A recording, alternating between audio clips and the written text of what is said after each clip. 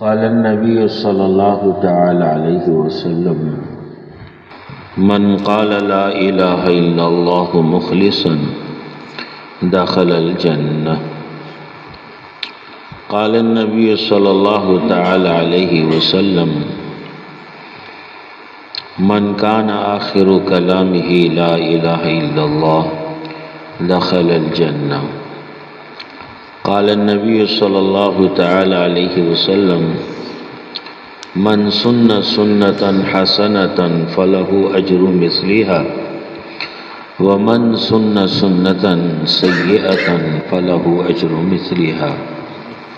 قال النبي صلى الله تعالى عليه وسلم الدال على الخير كفاعله أو كما قال صلى الله تعالى عليه وسلم.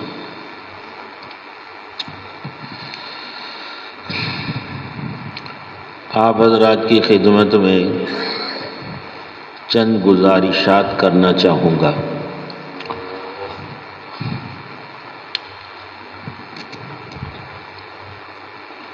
اور دعوت سے متعلق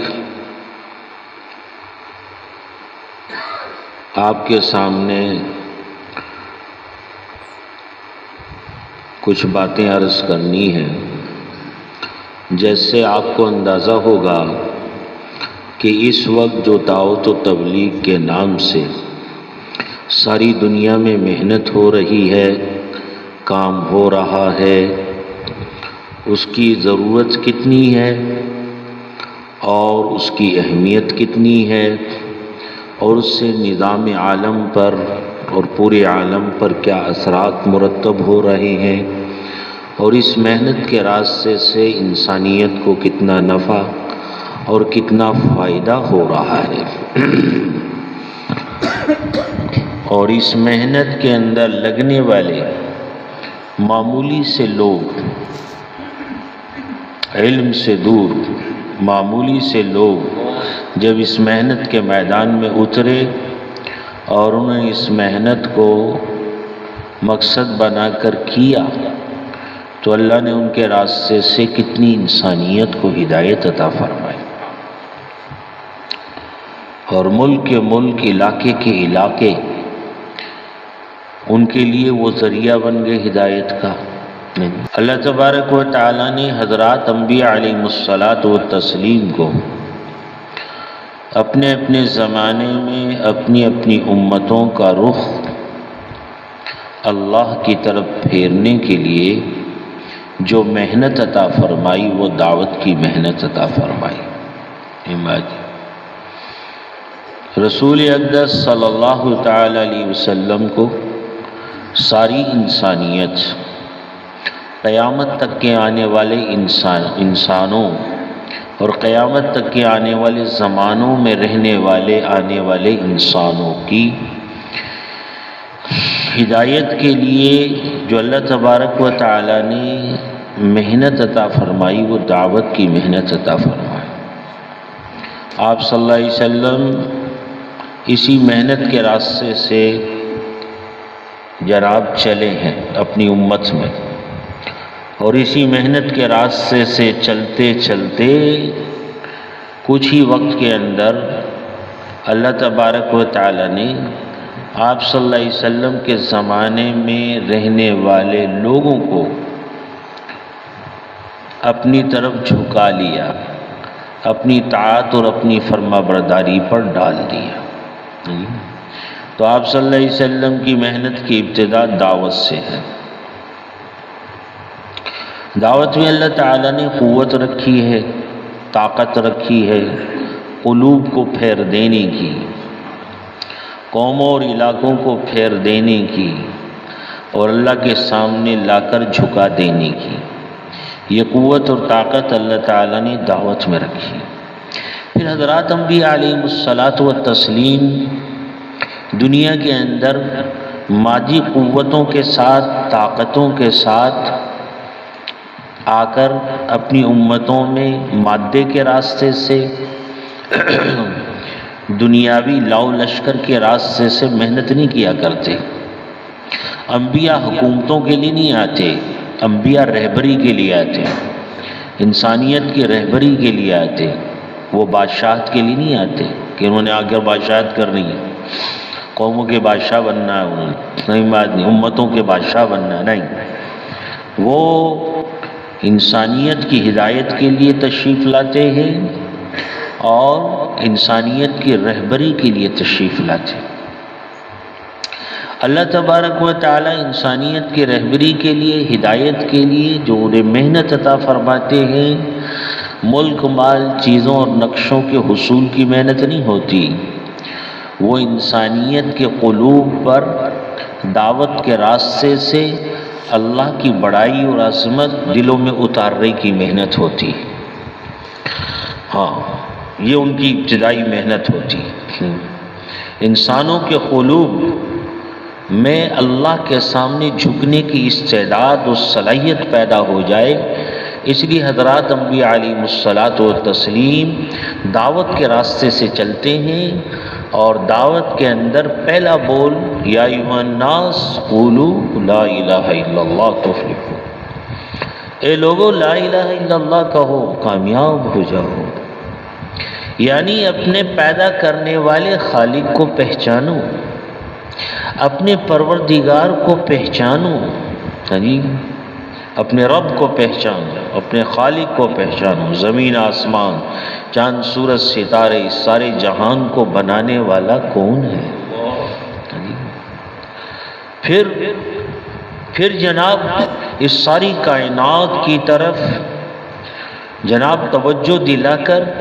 اپنی بڑائی اور کبریائی اور عظمت دل میں اتارتے ہوئے انسان کو بھی، انسان کی تخلیق کو بھی بیان کرتا ہے، نہیں بات نہیں، کہ اپنے بارے میں سوچو کہ تمہیں کس نے پیدا کیا، آنکھ کس نے بنائی، کان کس نے بنائے، یہ ناک اور ہونٹ تمہارے کس نے بنائے، یہ ہاتھ اور پاؤں، یہ اعضاء و جوارے کس نے بنائے۔ اگر تمہارا رخ اس لائن سے سیدھا ہو گیا تو پھر اللہ کے اوامر احکامات جب آتے ہیں تو پھر دلوں کا رخ سیدھا ہو جانے کی بنا پر ان احکامات پر عمل کرنا ان لوگوں کے لیے بالکل سہل آسان ہو جاتا، ہاں سہل اور آسان۔ اس لیے انبیاء علیہ الصلاۃ والتسلیم کو محنت جو دی جاتی ہے وہ دعوت کی محنت دی جاتی ہے، دعوت کے راستے سے انبیاء چلتے ہیں، محمد رسول اللہ صلی اللہ علیہ وسلم دعوت کے راستے سے چلے، صحیح بات نہیں، پھر اس دعوت کے اندر اللہ نے وہ قوت اور طاقت رکھی۔ اور دوسری بات اس کے اندر یہ ہے کہ انبیاء علیہ الصلاۃ والتسلیم کو جو دعوت کی محنت دی جاتی ہے وہ بہت آسان، صحیح بات، دیکھنے میں بالکل آسان ہے کہ اللہ کا نبی گلیوں میں پھر رہا ہے، لوگوں کے ڈیروں کے پاس جا رہا ہے اور ایک ایک کو جا کر جناب اللہ کا تعارف کرا رہا ہے، اللہ کی صفات، اللہ کی ذات و صفات، اللہ کی کبریائی اور عظمت کو بیان کر رہا ہے۔ گلیوں میں پھرتے ہوئے نظر آئیں گے انبیاء علیہ السلام، ایک ایک آدمی کے دروازے پر جاتے ہوئے نظر آئیں گے انبیاء علیہ السلام، اور لوگوں کی گرد چھانتے ہوئے نظر آئیں گے، در در کی ٹھوکریں کھاتے ہوئے نظر آئیں گے، انبیاء علیہ السلام۔ محمد رسول اللہ صلی اللہ علیہ وسلم کی ذات اقدس سے اونچی ذات کسی کی نہیں،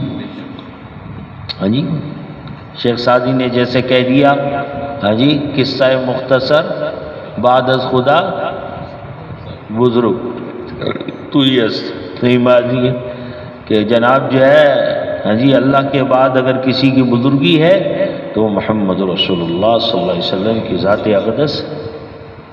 لیکن آپ صلی اللہ علیہ وسلم کا ابتدائی زمانہ اگر آپ دیکھیں گے،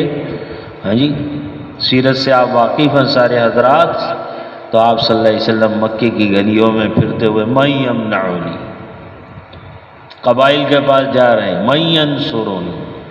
کون میری مدد کرے گا، میرے اس کام میں میرا کون مددگار ہوگا، میرے اس کام کے اندر کون میری حفاظت کرے گا، من یمنعنی، کون میری حفاظت کرے گا۔ بے کسی کا عالم نظر آئے گا، بے بسی کا عالم نظر آئے گا، نہ ملک پاس ہے، نہ مال پاس ہے، نہ چیزیں اور نقشے پاس ہیں، کوئی چیز نہیں ہے، حتیٰ کہ یعنی پیٹ کا لقمہ مشکل ہوا کھڑا ہے، پیٹ کا لقمہ مشکل ہوا کھڑا۔ اس حالت میں جناب محنت، کام، امت میں پھرنا، امت کے پیچھے جانا، امت میں پھرنا۔ ایک قبیلے والوں کے پاس آپ صلی اللہ علیہ وسلم تشریف لے گئے تو انہوں نے اونٹنی سے نیچے نہیں اترنے دیا، اونٹنی کو کچوکا لگایا، پہچان لیا کہ اچھا یہ وہی ہے ہاں جی جو مکہ کے اندر جناب گلیوں میں پھرتا ہے، لا الہ الا اللہ کہتا ہے۔ تو انہوں نے جناب کچوکا لگایا، اونٹنی بد کی، آپ صلی اللہ علیہ وسلم اوپر سے نیچے گر گئے۔ آپ کا کوئی معاون نہیں، کوئی آپ کا مددگار نہیں ہے جی۔ اس قبیلے کے اندر مکہ کے اندر کی ایک بچی بیائی ہوئی تھی، اس نے دیکھ لی، اس بچی نے جناب جو ہے ہاں جی جلدی سے جناب اپنے جو خاندان والے جس خاندان میں ان سے کہا کہ ہاں جی مکہ کے یہ ہیں ہمارے رشتہ دار ہیں، اور اس کی بدولت جناب جو ہے ہاں آپ صلی اللہ علیہ وسلم وہاں سے دوبارہ اپنے کپڑوں کو صاف کرتے ہوئے اور اونٹنی پر بیٹھا کر سوار ہو کر واپس تشریف نہیں معلوم۔ یعنی ایسے حالات، ایسے حالات میں محنت۔ ابو ذر غفاری رضی اللہ عنہ آ رہے ہیں، پہلے بھائی کو بھیجا کہ جاؤ، سنا ہے کہ محمد صلی اللہ علیہ وسلم کے نامی ایک شخص نے نبوت اور رسالت کا دعویٰ کیا ہے، جاؤ ذرا حالات معلوم کر کے آؤ۔ وہ آئیں، تشریف لائیں، اور آ کر مکے سے جناب سارے احوال لے کر جا کر اپنے بھائی ابو ذر رضی اللہ عنہ کو جا کر جناب کہا کہ بھئی یہ حالات اور یہ احوال، لیکن ان کو تسلی نہیں، خود تشریف لائے، سردار آدمی ہیں، مکے میں آئے ہیں، لیکن مکے کے اندر جو حالات مسلمانوں کے خلاف آتے ہی محسوس کیے، تو اتنے بڑے آدمی کی بھی جرت نہیں ہو سکی کہ صرف اتنی ہی بات پوچھ سکے کہ بھائی وہ شخص کون ہے، میں اس سے ملنا چاہتا ہوں، کہاں ملیں گے، کہاں ملاقات ہو سکے گی۔ اب آپ اندازہ لگائیے اس وقت مکۃ المکرمہ جو ہے مسلمانوں کے لیے اور اسلام کے لیے اور محمد رسول اللہ صلی اللہ علیہ وسلم کے لیے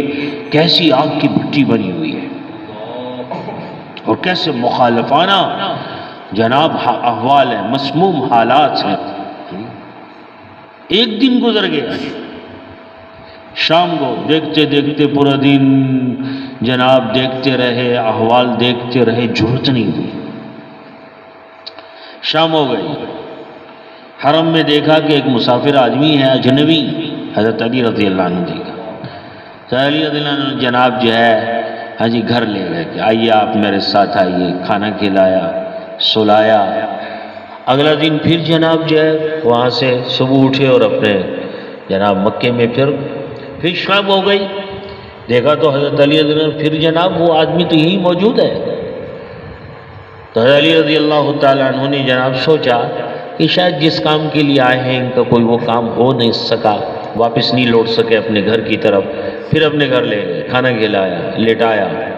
تیسرا دن بھی ایسے ہی گزرا، تیسرے دن پھر دیکھا موجود ہے، 3 دن گزر۔ جب تیسرے دن کھانے پر بٹھایا تو حضرت علی رضی اللہ عنہ نے پھر پوچھ ہی لیا کہ جناب میں 3 دن سے آپ کو دیکھ رہا ہوں، آپ مکے میں تشریف فرما ہیں، کسی کام کی غرض سے آئے ہیں، شاید وہ پورا نہیں ہو سکا، میری کوئی معاونت کی ضرورت ہو تو مجھے بتا دیجئے، میں آپ کے معاون ہو جاؤں آپ کے اس کام میں۔ تو سوچ میں پڑ گئے۔ پھر جناب جو ہے انہوں نے حضرت علی رضی اللہ تعالیٰ عنہ سے فرمایا کہ جناب بات یہ ہے، بات تو مجھے معلوم کرنی تھی کچھ، لیکن جناب اس شرط میں آپ کو میں بتاؤں گا کہ میری اس بات کا اگر آپ کو معلوم نہ ہو تو پھر تذکرہ نہیں کرنا کسی سے۔ یہ یعنی شرط لگا کر، حلف اٹھوا کر، صحیح بات نہیں، پھر جناب جو ہے وہ عرض کیا کہ میں اس طرح میں حوال معلوم کرنے آیا ہوں، یہاں کسی نے نبوت اور رسالت کا دعویٰ کیا ہے، اس شخص سے میں ملنا چاہتا ہوں۔ جی اب آپ اندازہ لگائیے کہ وہاں کے حالات مسلمانوں کے لیے کیسے ہیں، اور پھر مسلمانوں کے جو قائد محمد رسول اللہ ان کے لیے کیسے، صحیح بات ہے۔ اب جناب حضرت علی رضی اللہ تعالیٰ عنہ نے اگلے دن جو طریقہ تجویز کیا ہے اس سے بھی آپ کو اندازہ ہو۔ حضرت علی نے فرمایا کہ بات یہ ہے، میں آپ کو کل لے چلوں گا، ابھی تو آپ آرام کیجئے، کل میں آپ کو لے چلوں، لیکن انداز اور طریقہ یہ ہوگا میں آپ سے کافی آگے چلوں گا، آپ کافی دور پیچھے چلیں گے، مجھے کہیں کوئی خطرہ محسوس ہوتا ہوا نظر آیا تو میں بیٹھ جاؤں گا جوتی ٹھیک کرنے کے بہانے یا پیشاب کی صورت بنا لوں گا، تو آپ سمجھ جائیے گا کہ بہت کوئی خطرہ ہے، تو آپ جناب پھر آگے پیچھے ہو جائیے گا تاکہ کسی کو یہ اندازہ نہ ہو سکے کہ یہ شخص علی کے ساتھ ہے۔ نہیں بات نہیں، ایسے احوال ہیں مکۃ المکرمہ، ان احوال میں دعوت چل رہی ہے، ایسے حالات کے اندر دعوت اپنا راستہ بناتی ہے۔ ہاں، ایسے احوال کے اندر جن لوگوں کے قلوب اس انداز کے ہیں ان قلوب کو بھی وہ دعوت جا کے چھیڑتی ہے، ہاں ان کو بھی چھیڑتی، ان قلوب تک بھی راستہ بنا لیتی ہے دعوت۔ یہ اللہ کی بڑائی اور عظمت کا بیان، یہ جو جماعتیں پھرتی ہیں سیدھا سادہ سا کام، بسترے اٹھائے ہوئے، صحیح بات نہیں، ایک مسجد دوسری مسجد، ایک گاؤں دوسرا گاؤں، دیکھنے والے دیکھتے ہیں کہتے ہیں بیچارے، ہاں جی بیچارے جناب جو ہے، ہاں جی پہلے تو یہاں مجھے یاد ہے یہ سن 90 سے پہلے کی بات میں آپ کو بتاتا ہوں، بعض جگہ پنجاب کے علاقوں میں میرج بھی جانا ہوا جماعت کے ساتھ، نوجوان تھا میں اس وقت، تو پنجاب کے لوگ جماعت کو آتا ہوا دیکھ کر فوراً جناب جو بچے ہوتے تھے نا وہ کہتے ہیں پٹھان آ گئے پٹھان آ گئے، بھاگو بھاگو پکڑ لیں گے بھاگو بھی پکڑ لیں گے بھاگو،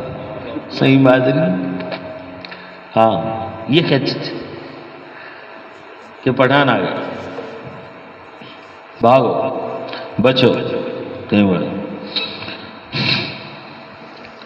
تو سیدھا سادہ سا دیکھنے میں بالکل سیدھا سادہ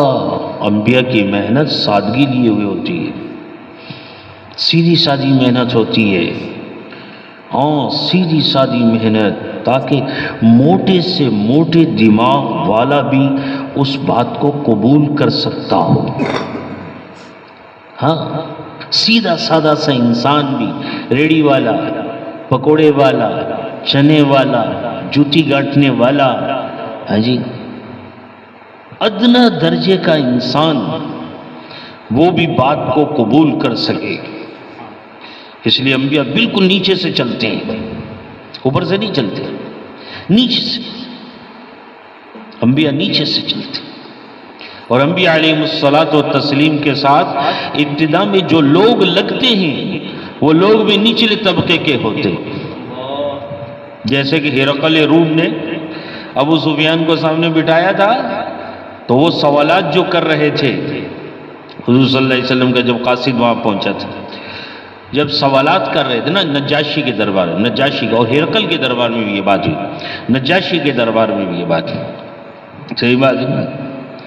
تو جب وہ ان سوالات میں ایک سوال یہ بھی تھا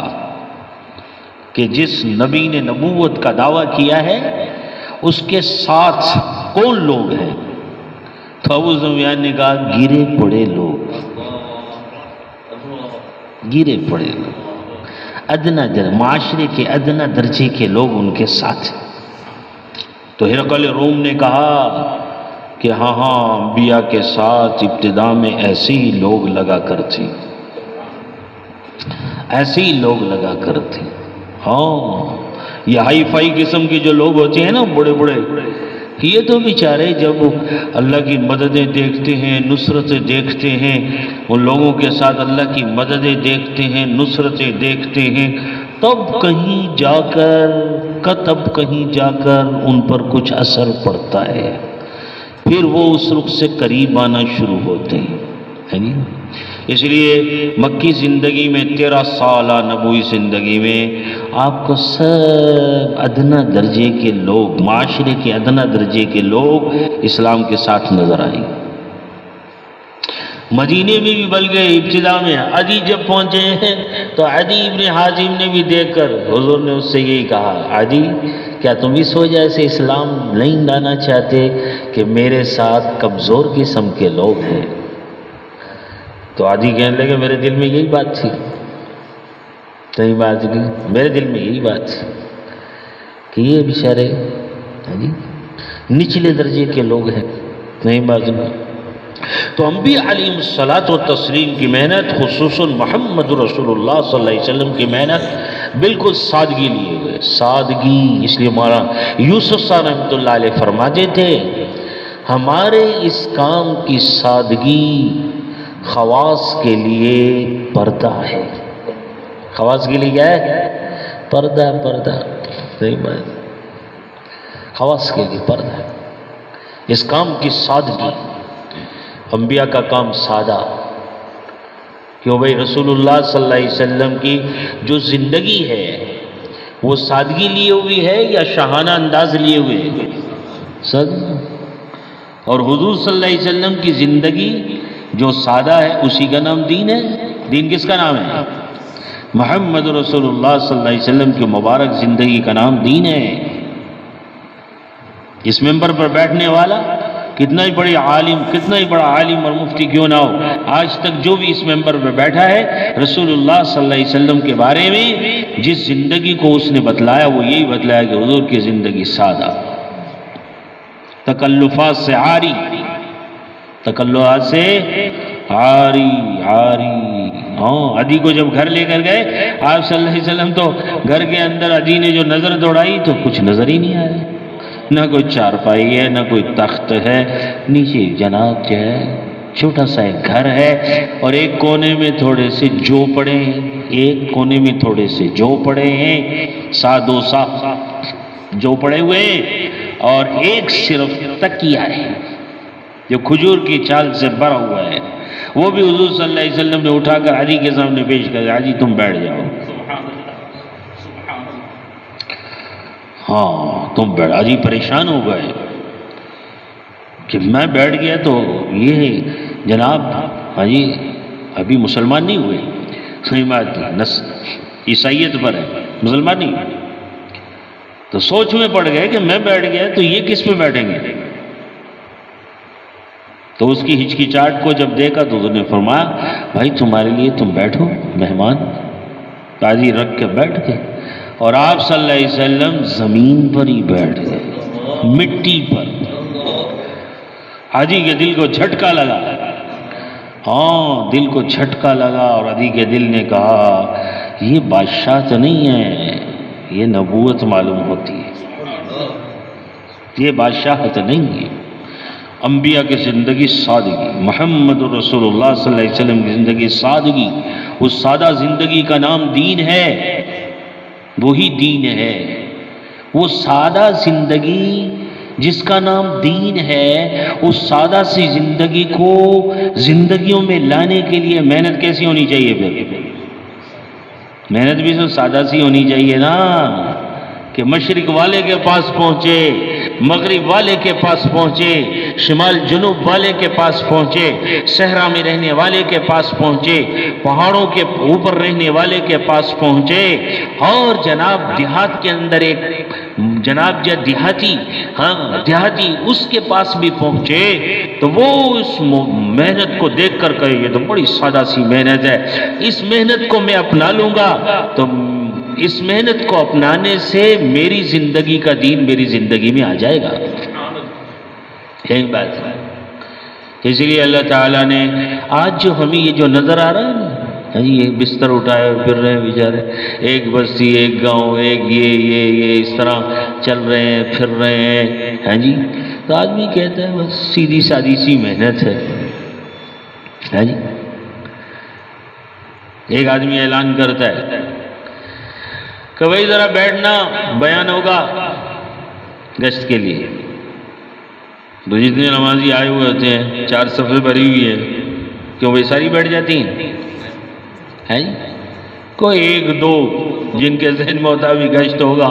چلو بھائی ان کو رہبری کی ضرورت ہے تو ہم ان کی رہبری کر دیں گے، ایک آدھ کوئی بیٹھ جاتا ہے، 2 بیٹھ جاتے ہیں۔ بعض جگہوں پر تو کوئی بھی نہیں ہوتا، بعض جگہوں پر تو کوئی بھی نہیں ہوتا۔ ہاں، عبد الرحمن صاحب رحمۃ اللہ علیہ انگلینڈ میں پہلی جماعت لے کر گئے، پہلی جماعت۔ تو جب جماعت لے کر گئے تو وہاں مسجدوں کا نام و نشان نہیں تھا، کہیں مسجدوں کا نام و نشان نہیں تھا۔ تو فرما رہے تھے کہ ہم جب چلتے تھے، پیدل چلتے تھے، 2 خدمت والے ساتھی، گاڑی ہم نے لے رکھی تھی، تو خیمہ ہوتا تھا اس گاڑی میں، اور وہ گاڑی آگے چلتی تھی، ہم طے کرتے تھے بھئی یہاں سے 10 کلومیٹر 15 کلومیٹر کا سفر کرنا ہے، تو مقام تجویز کرتے تو ہمارے خدمت والے ساتھی اس گاڑی میں بیٹھ کر آگے چلے جاتے، وہاں جا کر وہاں جنگل میں سڑک کے کنارے خیمہ لگا لیتے، وہ اپنی تیاری کر لیتے۔ یہ جماعت پیدل چل رہی، پیدل چل رہی، پیدل چل کر جب وہاں پہنچتی تو وہی خیمہ، وہاں پہنچتے ہی وہی یہ ساتھی خدمت والے کھانا وانا یہ وہ نظام بنا کے رکھتے، یہ رات پہنچتے، اور پھر اس کے بعد اب شام کو وہاں جنگل میں کس سے ملیں، کس سے ملاقات کریں؟ تو وہاں ایک خط کھینچتے، یوں مسجد نما، اس کا اشارہ لگاتے محراب کا، ایسے ایک خط کھینچ کے اس مسجد میں جو خط کشیدہ جو مسجد ہے جی کچی زمین پر، اس میں بیٹھ کر تعلیم کا حلقہ۔ پھر عصر میں نماز ہوئی، نمازیں اس میں ہو رہی ہیں، اذان نماز اذان نماز، عصر میں اعلان، ہاں جی باقاعدہ جیسے اعلان ہوتا ہے، حالانکہ وہ جماعت والے ہی ہے، اعلان، اس کے بعد ایک ساتھی کی آداب گشت، پھر ایک ساتھی کی بیٹھ کر بات، اور ایک جماعت مختصر سی جناب جو ہے اس خط کشیدہ مسجد سے باہر نکل کر وہاں جنگل میں۔ تو وہ فرما رہے تھے کہ جنگل میں جاتے تھے تو ہمارا متکلم ساتھی جناب جو ہے وہ جماعت والے کھڑے ہو جاتے، وہ متکلم پھر دعوت دیتا، ہوا کو دعوت دیتا، صحیح بات سے ہوا کو دعوت، کہ دنیا آخرت کی اللہ نے ہم سب کی کامیابی اپنے دین میں رکھی ہے۔ دین زندگیوں میں نبیوں کی محنت سے آیا کرتا ہے، رسول اللہ صلی اللہ علیہ وسلم کے بعد نبی نہیں، اب یہ محنت اس امت کی ذمہ داری، اور اس امت کی ذمہ داری، اب یہ محنت یہ امت کرے گی، ہر کلمہ گو کرے گا، اس کے لیے اپنے ساتھ، ہاں بھائی اس کے لیے تیار ہو کیا؟ جی تیار، چلو وہی مسجد میں بات ہو رہی نہیں بھائی،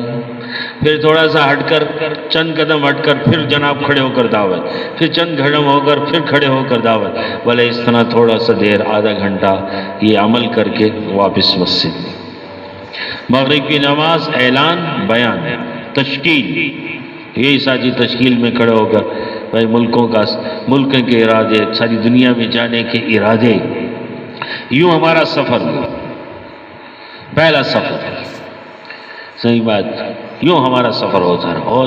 رہا، پھر فرمانے لگے زمانہ گزرتے دیر نہیں لگتی، کچھ عرصے کا، کچھ سال گزرے، کچھ سال گزرنے کے بعد دوبارہ وہاں جانا ہوا، تو جہاں جہاں خیمے ہم نے لگائے تھے اور خط کشیدہ مسجدیں بنائی تھیں، ان ساری جگہوں کو اللہ نے آباد کر دیا، مسجدیں بنا دی، مسلمانوں کو آباد کر دیا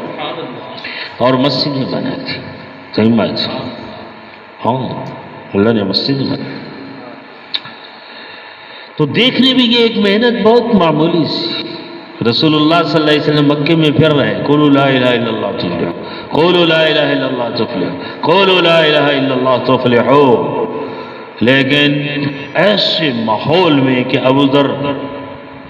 ایسے جناب خطرناک ماحول کہ حضرت علی یہ انداز اپنا رہے ہیں، ابو ذر کو اس انداز سے لے کر جا رہے ہیں، اور پھر جب رسول اقدس صلی اللہ علیہ وسلم کی خدمت میں پہنچے ہیں اور آپ صلی اللہ علیہ وسلم کی خدمت میں ابو ذر پہنچے، دیکھتے ہی حضور صلی اللہ علیہ وسلم سے گفتگو ہوئی، کلمہ پڑھ لیا ہے،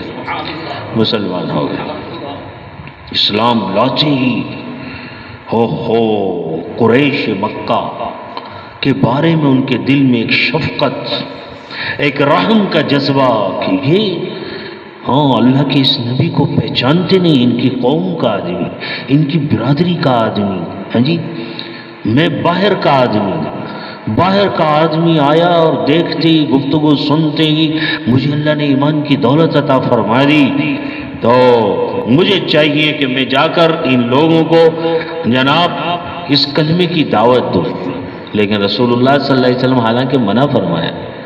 ہاں جی کہ ابو ذر نہیں، ٹھہر جاؤ، اپنے قبیلے میں چلے جاؤ، جب اسلام کا غلبہ ہو جائے تب آنا، اسلام کا غلبہ ہو جائے تب آنا۔ لیکن ابو ذر کے اندر جو شفقت کا جذبہ ابھرا ہے آپ صلی اللہ علیہ وسلم کے خاندان کے لیے، قریش کے لیے اور اس سارے مکۃ المکرمہ کے رہنے والوں کے لیے، وہ اپنے اس جذبے پر قابو نہیں رکھ سکے، اور جا کر بار بار اللہ کے رسول اجازت، اچھا تمہاری مرضی ہے، پھر جا کر جناب وہاں مکہ میں حرم میں کھڑے ہو کر سب سے کہا کہ اشہد ان لا الہ الا اللہ واشہد ان محمد رسول اللہ۔ انہوں نے وہ مارا۔ اب اندازہ لگائیے، یہ وہی شخص ہے جو اب سے 3 دن پہلے تک، ایمان لانے سے پہلے تک 3 دن تک جناب دو باتیں پوچھنا، جناب جو 2 باتیں پوچھنے کی جرت نہیں ہو رہی، ہمت نہیں ہو رہی، ہاں جی کہ محمد کون ہے، کہاں ملیں گے، کون اور کہاں ملیں گے، یہ نہیں پوچھ پا رہا تھا۔ لیکن آج جیسے اسلام اندر ایمان اترا ہے تو ایمان اندر اترتے ہی جناب اس جذبے کے ساتھ کہ یہ بیچارے محروم نہ ہو جائیں اور جہنم کی آگ میں نہ پہنچ جائیں، حضور منع بھی فرما رہے ہیں،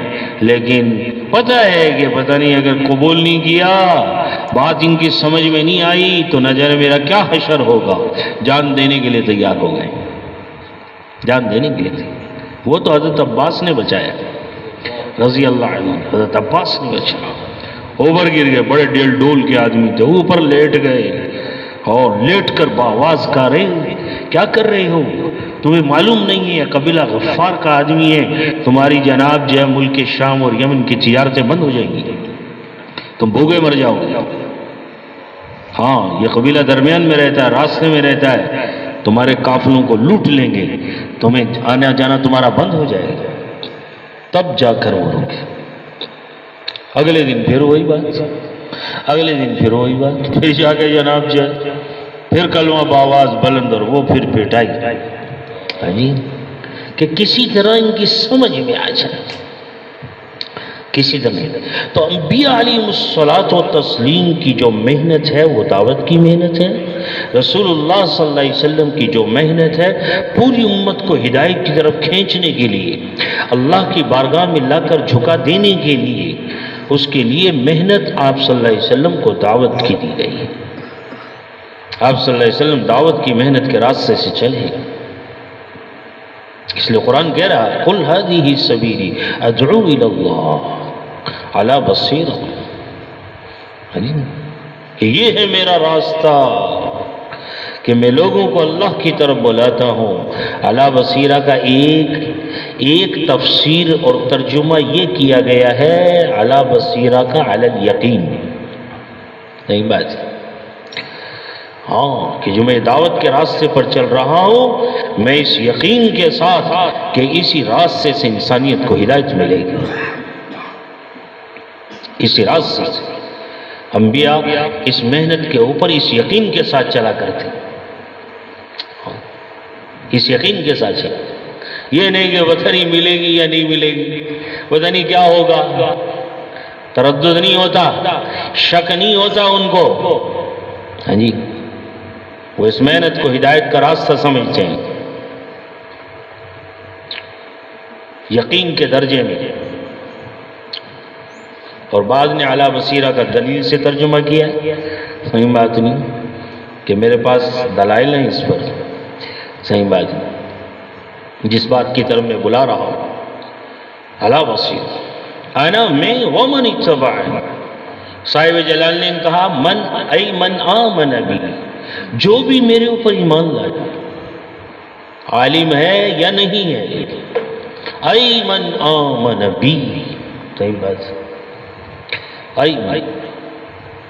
ضرورت کتنی ہے اس محنت کی؟ تو دارالعلوم دیوبند میں جب میں نے پہلا قدم رکھا تو عصر کی نماز تھی، سامنے مہمان خانہ ہے، مہمان خانے کے ٹھیک سامنے دارالعلوم دیوبند کی قدیم مسجد ہے، قدیمی مسجد، تین مساجد ہیں دیوبند کے احاطے کے اندر، 4 دیوار، باقی تو دائیں بائیں گلیوں میں بہت زیادہ ہے مساجد، لیکن 4 دیواری کے اندر، احاطے کے اندر 3 مسجد، ایک چھتہ مسجد ہے جو اس کونے پر بنی ہوئی ہے،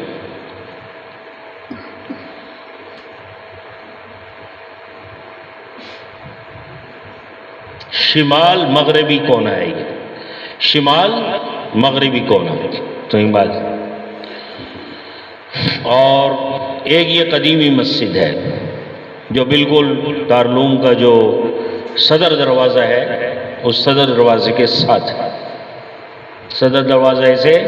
یہ اس کے ساتھ ہی متصل ہے، اس کا ایک دروازہ باہر کھولتا ہے، چھتہ مسجد جو کونے پر ہے اس کے 2 دروازے باہر گلی میں کھولتے ہیں، یہ گلی یوں آ رہی ہے، یہ سامنے مہمان خانہ گلی سے اس پار ہے، یہ سڑک آ رہی ہے، صحیح بات نہیں، اور یہ سڑک جناب جو ہے یہ یوں جا کر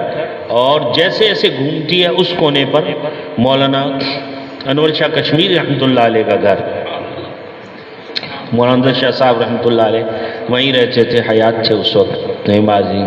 پھر یہ جناب جو ہے گلی، یہ کونے پر گھر ہے، یہ گلی یوں چلی جاتی ہے دارالعلوم کے اس دیوار کے ساتھ، یوں سیدھی چلی جاتی ہے، آگے چلی جاتی ہے تو باغ شروع ہو جاتا ہے، وہاں اس وقت مولانا انور شاہ کشمیری رحمۃ اللہ علیہ کی جناب قبر مبارک ہے، ان کا خاندان وہاں دفن ہے، ایک 4 دیواری میں، وہ علیحدہ سے 4 دیواری، نہیں بات۔ اور اب آگے جا کر وہی راستہ تھوڑا آگے چلا جاتا ہے تو دارالعلوم دیوبند وقف جو جس کے محتمم قاری محمد سالم صاحب دامت برکاتہم، تو جناب وہ اس وقت وہاں قائم ہو گیا ہے، پہلے وہ اسی جو سامنے والی یہ گلی یوں آ رہی، مہمان خانے سے یوں ہو کر یوں چلی جاتی، پیچھے کی طرف یوں گھومتی ہے، یہاں مسجد ہے، بڑی مسجد، جامع مسجد۔ تو جب دارالعلوم دیوبند سے کچھ اساتذہ جدا ہوئے اور جدا ہو کر انہوں نے وہاں مدرسہ قائم کیا، قاری طیب صاحب رحمۃ اللہ علیہ نے کیا تھا، تو وہاں مدرسہ قائم کر لیا تھا، وہ پہلے مسجد میں چل رہا تھا، سن 94 میں میرے سامنے ہی پھر وہاں سے وہ وہاں منتقل ہو گیا تھا۔ تو جناب جو ہے یہ مسجد ہے، قدیمی مسجد، اس کا ایک دروازہ باہر کھولتا ہے، تو سامنے مہمان خانے میں میں نے نماز پڑھی، نماز کیا یعنی مہمان خانے میں پہنچے تو وہاں کے ناظم صاحب تھے، مہمان خانے کے مولانا معین صاحب، تو انہوں نے جیسے ہم ان کے پاس گئے، سلام مصافحہ بیٹھے، تو انہوں نے کہا ابھی 5 منٹ رہ گئے نماز میں، عصر کی نماز ہونے جا رہی ہے، نماز کے بعد آپ حضرات تشریف لیں، ساتھ ہی بتائیے وضو خانہ ہے، استنجا خانہ ہے، وضو وغیرہ کر لیں۔ تو ہم جلدی سے وضو کر کے مسجد میں داخل ہوئے تو اقامت شروع ہو چکی تھی، تو داخل ہو کر جیسے ہی اندر داخل ہوئے تو یوں دروازے سے داخل ہو کر یہ مسجد میں، تو اندر کے حصے میں جناب مجھے دوسری صف میں غالباً جگہ ملی نماز کے لیے، نماز پڑھی عصر کی نماز سے، سرخ پتھروں سے وہ مسجد بنی ہوئی ہے، تو نماز سے فارغ ہوئے، دعا ہوئی، دعا کے بعد طلبہ اٹھ کے، طلبہ ہی طلبہ تھے ماشاءاللہ، طلبہ اٹھ کے چلے، جیسے تو میں ذرا چونکہ نووارد آدمی تھا تو تھوڑا میں دیکھنے کے لیے بیٹھا رہا، دیکھ رہا تھا محراب وغیرہ اور اس طرح چاروں طرف نگاہ دوڑا رہا تھا۔ تو جب میں اٹھا تو میرے اٹھنے تک تقریباً اندر کا حصہ خالی ہو چکا تھا۔ جب میں اٹھ کے باہر کی طرف آیا تو 3 سیڑھیاں اتر کر صحن شروع ہوتا ہے۔ پہلی سیڑھی اترا، دیکھا تو صحن میں میں نے دیکھا کہ جناب صحن میں تقریباً جو طلبہ نماز میں آئے تھے تو وہ سارے یوں بیٹھتے جا رہے ہیں۔ ایک صاحب کوئی کتاب ہاتھ میں لیے جناب اس انتظار میں ہے کہ طلبہ بیٹھیں تو کتاب شروع ہو۔ تو میں بھی جناب پیچھے مجھے جگہ ملی، میں بیٹھ گیا کہ بھئی پتہ نہیں دیکھیں کیا ہے۔ تو جب اس نے بسم اللہ پڑھ کر کتاب کھول کے شروع کی تو کانوں سے اس کے الفاظ ٹکرائے تو پتہ چلا یہ تو فضائل اعمال پڑھی جا رہی ہے۔ کہاں؟ دارالعلوم دیوبند میں۔ صحیح بات ہے۔ میرے دل پہ اتنا اثر پڑا کہ یہ دارالعلوم دیوبند جہاں سے علم کے دریا بہتے ہیں، بر صغیر پاک و ہند نہیں، پورے عالم میں آج اس زمانے میں مدارس کے جتنے بھی جال پھیلے ہوئے ہیں سارا دارالعلوم دیوبند کا فیض چل رہا ہے۔ صحیح بات، دارالعلوم دیوبند کا فیض چل رہا ہے۔ صحیح بات، جہاں علمی نکات بھی ایک بیان، لطائف و نکات بیان کیے جاتے ہیں، وہاں فضائل اعمال پڑھی جا رہی ہے۔ صحیح بات، دل پر ایک بڑا اثر میں نے محسوس کیا۔ صحیح بات، بہرحال 5 منٹ کی وہ تعلیم تھی، 5 منٹ کی تعلیم۔ صحیح بات، پھر جناب جو ہے وہاں سے میں اٹھا تو پھر یہ ہے کہ دل میں تو وہ بڑا وہ شوق، تو ایک دم وہاں پہنچے ذوق۔ اچھا ایک عجیب بات میں نے محسوس کی، وہ بھی میں آپ کو بچا ہی دیتا ہوں۔ آپ یہاں سے مکہ المکرمہ تشریف لے جائیں، حرمین، اللہ سب کو لے جائے، سب کو جانے کی توفیق عطا فرمائے۔ بہت سے آپ حضرات میں بیٹھے ہوں گے جو گئے بھی ہیں، تو حرمین کے اندر جو جا چکے ہیں، جب آدمی حرمین میں پہنچتا ہے تو اس کا دل اجنبیت محسوس نہیں کرتا۔ یہ واقعہ ہے، یہاں مجمع میں کوئی بیٹھے ہوں تو وہ بتا سکتے ہیں، یعنی اس کو یہ محسوس نہیں ہوتا کہ میں پاکستان چھوڑ کر کسی دوسرے ملک میں آ گیا ہوں، اسے محسوس نہیں ہوتا۔ وہ یوں سمجھتا ہے میں اپنی ہی جگہ پر ہوں، یعنی وہ اجنبیت محسوس نہیں کرتا۔ کیوں بھئی کون حرمین گئے ہیں آپ میں سے؟ پہلے کوئی جو جا چکے ہیں، کیوں بھئی یہی بات آپ حضرات نے بھی کوئی محسوس کی ہے؟ یعنی وہاں آدمی کو اجنبیت محسوس نہیں ہوتی۔ دارالعلوم دیوبند میں جب میں گیا تو مجھے بھی وہاں یہ کیفیت نظر آئی، تو وہاں مجھے یہ محسوس نہیں ہوا کہ میں کسی یعنی دوسرے ملک میں آ گیا ہوں، پاکستان چھوڑ کر کسی دوسرے ملک میں آ گیا ہوں۔ یہ دیوبند کی 4 دیواری میں ہے صرف، اس 4 دیواری سے آپ باہر جاؤ گے تو پھر پورا ہندوستان پاکستان کے رہنے والے کو یوں محسوس ہوگا جیسے قید خانہ ہے، پورا ہندوستان یوں محسوس ہوگا، پاکستان کے رہنے والے کو یوں محسوس ہوگا کہ کسی قید خانے والی جگہ پر آ گئے۔ صحیح بات، لیکن دیوبند کی 4 دیواری میں جب جاؤ گے تو آپ کو اجنبیت محسوس نہیں ہوگی۔ وہی انوارات جو مکہ المکرمہ کے ہیں، وہی انوارات وہاں ہیں، اس کی برکت سے ایمان والے کو وہاں اجنبیت محسوس نہیں ہوتی۔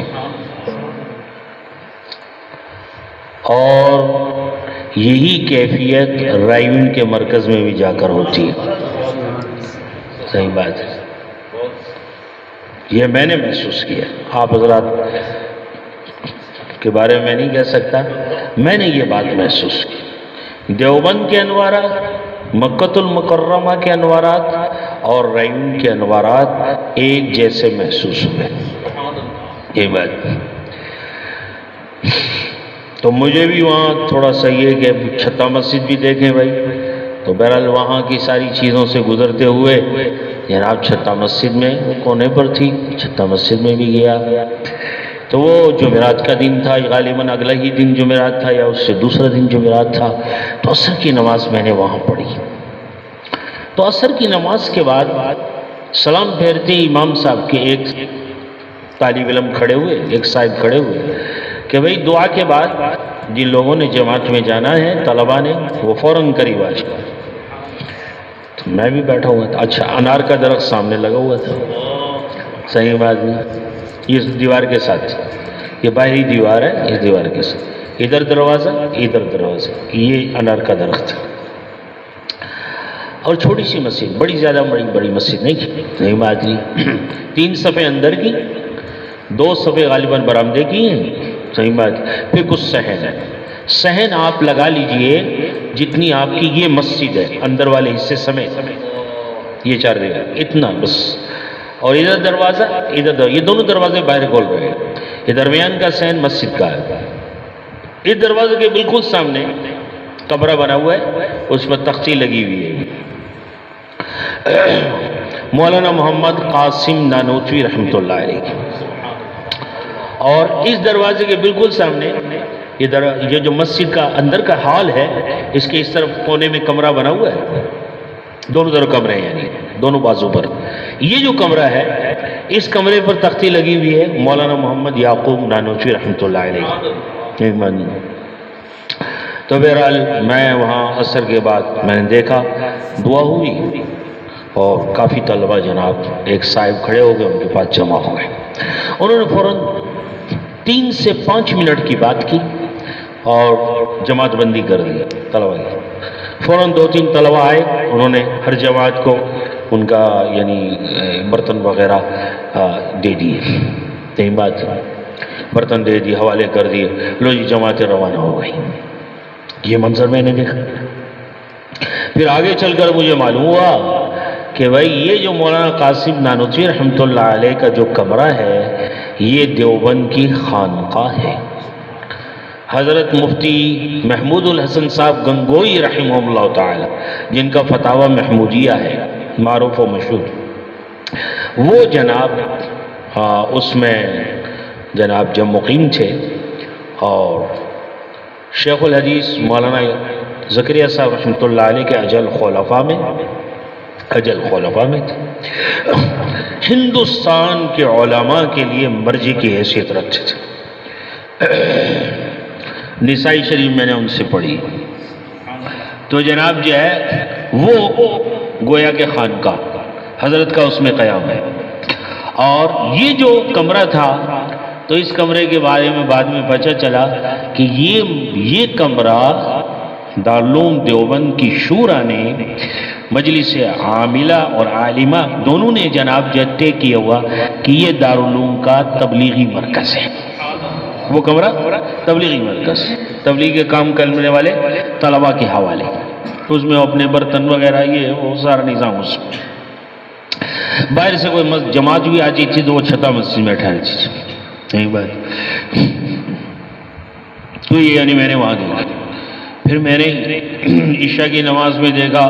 کہ 60-65 بچے جناب نماز کے بعد مشورے میں بیٹھے ہوئے ہیں۔ قدیمی مسجد میں دیکھا 60 سے 70 بچے مشورے میں بیٹھے ہوئے ہیں۔ پھر تیسری مسجد ہے الرشید، جو بڑی مسجد آج کل کیلنڈروں کی زینت بنی ہوئی ہے، بڑی خوبصورت مسجد، بہت بڑی مسجد ہے وہ، نیچے اس کا بیسمنٹ ہال ہے بہت بڑا، پھر اوپر ہال ہے، اور وہ پتھروں سے بڑی خوبصورت بنی ہوئی ہے۔ اس مسجد میں طلبہ کی تعداد نمازوں میں زیادہ ہوتی ہے، اس میں نے دیکھا کہ عشاء کے بعد مشورے میں 250 طلبہ مشورے میں بیٹھے، صحیح بات ہے، اور تبلیغی مشورہ اور تبلیغی ترتیب، اور پھر حضرت محتمم صاحب اس زمانے مولانا مرغوب الرحمن صاحب، مولانا مرغوب الرحمن صاحب ہر 15 دن کے بعد ایسے چیدہ جو طلبہ کام کرنے والے، تبلیغ میں آگے بڑھ کر چلنے والے، وہ جناب حضرت کے پاس تشریف لاتے، حضرت بلواتے، ان کو دسترخوان پر بٹھاتے، چائے پلاتے اور ان کا حوصلہ بڑھاتے، کارگزاری سنتے۔ بھی اب تک دیوبند کے اندر تبلیغ کی کیا کارگزاری، وہ جناب کارگزاری سنا دے کہ بھئی اتنے طلباء ماشاءاللہ متوجہ ہو گئے، اتنی جماعتیں جناب جمعرات کو نکل رہی ہیں، اور بھئی اس طرح ساری کارگزاری اور گشتوں میں اتنا استعمال ہو رہا ہے اور یہ ہو رہا ہے، تو وہ ساری بات سناتے تھے۔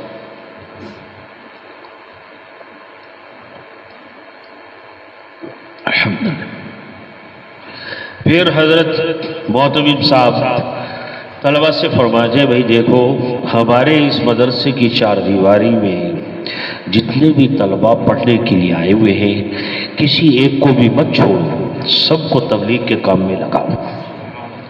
دیوبند میں کسی اور کام کرنے کی اجازت نہیں، کسی تحریک میں شامل ہونے کی اور کسی تحریک کی نقل و حرکت کرنے کی بالکل اجازت نہیں، صرف علم ساتھ میں تبلیغ کا کام، فراغت کے اوقات میں تبلیغ کا کام۔ صحیح بات۔ تو جناب جو یہ میں نے سارے مناظر وہاں دیکھے۔ پھر سال کے اخیر میں حضرت محتمم صاحب کی طرف سے ایک خط نظام الدین مرکز جس میں درخواست بھیجی جاتی تھی دارالعلوم دیوبند کی طرف سے، 2 اساتذہ مقرر ہوتے تھے، وہ اساتذہ خط لے کر مرکز نظام الدین جاتے، اور حضرت جی مولانا انعام الحسن صاحب رحمۃ اللہ علیہ حیات تھے، مولانا عمر صاحب پالنپوری رحمۃ اللہ علیہ حیات تھے، مولانا یعقوب صاحب حیات تھے، تو وہ خط وہاں جاتا تھا، اور یہ حضرات 2 اساتذہ وہاں تشریف لے جاتے تھے۔ اس خط کے اندر دیوبند کی طرف سے درخواست کہ بھی سال کا اخیر ہے، نظام الدین مرکز سے ایک جماعت ہمارے ہاں آ جائے تاکہ طلباء کے اندر بات ہو جائے۔ تو اس پر عام طور پر مولانا محمد عمر صاحب پالنپوری رحمۃ اللہ علیہ اور مولانا محمد یعقوب صاحب ساتھ میں تشریف لاتے تھے۔ اس میں ظہر کے بعد اساتذہ میں دارالاہتمام میں بیان ہوتا تھا، حضرت محتمم صاحب خود موجود، تمام اساتذہ وہاں کا عملہ، اس میں ایک بیان اساتذہ سے متعلق، اور دوسرا بیان پھر وہ رشید مسجد میں اس کے بیسمنٹ میں، اس وقت اوپر بن رہا تھا تو نیچے بیسمنٹ میں بیان ہوتا، اس میں پھر عمومی طلباء کے لیے سب کے لیے بیان، ارد گرد کا مجمع بھی آ جاتا تھا، تو ماشاءاللہ تمام طلباء جناب اس میں پھر اساتذہ طلباء سب ایک عمومی بیان، محمد صاحب پالنپور رحمۃ اللہ علیہ۔ یہ میں وہاں 4 سال تقریباً رہا، 4 سال تک میں نے یہ منظر دیکھا، نہیں بازی 4 سال تک میں نے یہ ساری چیز دیکھی، نوٹ کی ماشاءاللہ۔ تو دیوبند کے ہمارے حضرات اس کام کی تائید میں، اور بلکہ محمد صاحب پالنپور رحمۃ اللہ علیہ جب اساتذہ میں بیان فرماتے تو آخر میں سال کا مطالبہ بھی کرتے اساتذہ سے، بھائی سال، بھائی آپ حضرات دین کے کام میں لگے ہوئے ہیں اور بڑا کام فرما رہے ہیں، آپ میں سے اگر کوئی سال دے دے گا تو ہم اسے آپ اپنی آنکھ کا سرما اور سر کا تاج بنا کر نظام الدین لے جائیں گے، اس طرح تشکیل فرما دیں وہ صاحب پالنپوری رحمۃ اللہ علیہ۔ صحیح بات نہیں؟ تو میں نے وہاں اپنے اساتذہ کو دیکھا، مولانا اشرف مدنی صاحب دامت برکاتہم سے میں نے ترمذی ثانی پڑھی ہے، سال کے اخیر میں دورے کے گھنٹے میں 1 گھنٹہ اس میں سبق بھی نہیں پڑھا دیا، 1 گھنٹہ پورے سال میں 1 مرتبہ 1 گھنٹہ، باقی اسباق کے دوران تھوڑی تھوڑی جملوں سے تائید، لیکن وہ 1 گھنٹہ بالکل فارغ کر کے بیان، دورے کے طلبہ میں بیان کر کے پھر تشکیل فرما دے کہ بھائی اب آپ لوگ فارغ ہو رہے ہیں یہاں سے، ہمارے پاس سے جا رہے ہیں، ہمارے ہاں سے جا رہے ہیں، تو وہ سال والا چلہ تبلیغ میں دینا ہے، وہ سال کو چلہ کہتے تھے، چلہ فرما دے، سال والا چلہ دینا ہے، سال والا چلہ، صحیح بات ہے، یہ مولانا شیخ مدنی صاحب تشکیل فرماتے تھے، سال والا چلہ دینا، صحیح بات ہے۔ پھر حضرت مفتی صاحب جناب رحمۃ اللہ علیہ، مفتی محمود صاحب گنگوئی رحمۃ اللہ علیہ، وہاں خانقاہ، لیکن چھتا مسجد میں جو جماعتیں چلی گی پیچھے جو طلبہ رہ گئے وہ عمومی گشت کرتے تھے، اس میں ہی مدرسے میں ہی باقی طلباء کو جمع کرنا، پھر اس میں کبھی کبھار حضرت مفتی صاحب کا بیان، کبھی کسی اور استاد کا بیان، کبھی طلباء ہی میں سے بیان، جو مشورہ ہو گیا مشورے کے ساتھ، کبھی طلباء کا بیان، کبھی اساتذہ۔ حضرت مفتی صاحب کے بیانات بھی ہوتے، میں نے بھی سنے، صحیح بات ہے، میں نے بھی سنے۔ ایک مرتبہ فرمانے لگے کہ طالب علم اپنے آپ کو طالب علمی کے زمانے میں شریعت کا مکلف نہیں سمجھتا۔ طالب علم اپنے آپ کو شریعت کا مکلف، طالب علمی کے زمانے میں شریعت کا مکلف نہیں سمجھتا۔ اس پر انہوں نے سنائے، دو واقعات سنائے، ایک مجھے یاد ہے۔ فرمانے لگے میں بیٹھا ہوا تھا یہاں چھتا مسجد، بیٹھا ہوا تھا مسجد، تو میں نے دیکھا کہ اس دروازے سے ایک صاحب آئے، طالب علم تھا، آئے، جوتی اتاری، ہاتھ میں لی اور لے کر مسجد کے صحن سے گزر کے اور اس دروازے پر دوبارہ جوتی رکھی، ادھر سے بھی چلا گیا۔ حالانکہ باہر راستہ موجود تھا لیکن وہ ادھر سے آیا، ادھر سے چلا گیا۔ حضرت مجھ سے فرمانے لگے میں بیٹھا ہوا تھا تو میں نے اس کو دیکھا، تھوڑی دیر بھی نہیں گزری تھی کہ پھر وہ طالب علم وہ پھر آیا اس دروازے سے، اس نے جوتی نکالی اور نکال کر پھر اٹھائی، پھر مسجد کے صحن سے گزرا اور گزر کر اس دروازے کے اوپر رکھی اور جانے لگا۔ میں نے کہا ہوا ادھر آؤ، ادھر آؤ۔ وہ آ گیا، دوڑتا ہوا ہے، جلدی سے آیا، ہاں جی مجھ صاحب۔ تو مجھ صاحب نے فرمایا، کہنے لگے میں نے اس سے کہا کہ بھائی تم نے مسجد کو گزرگاہ بنا رکھا ہے،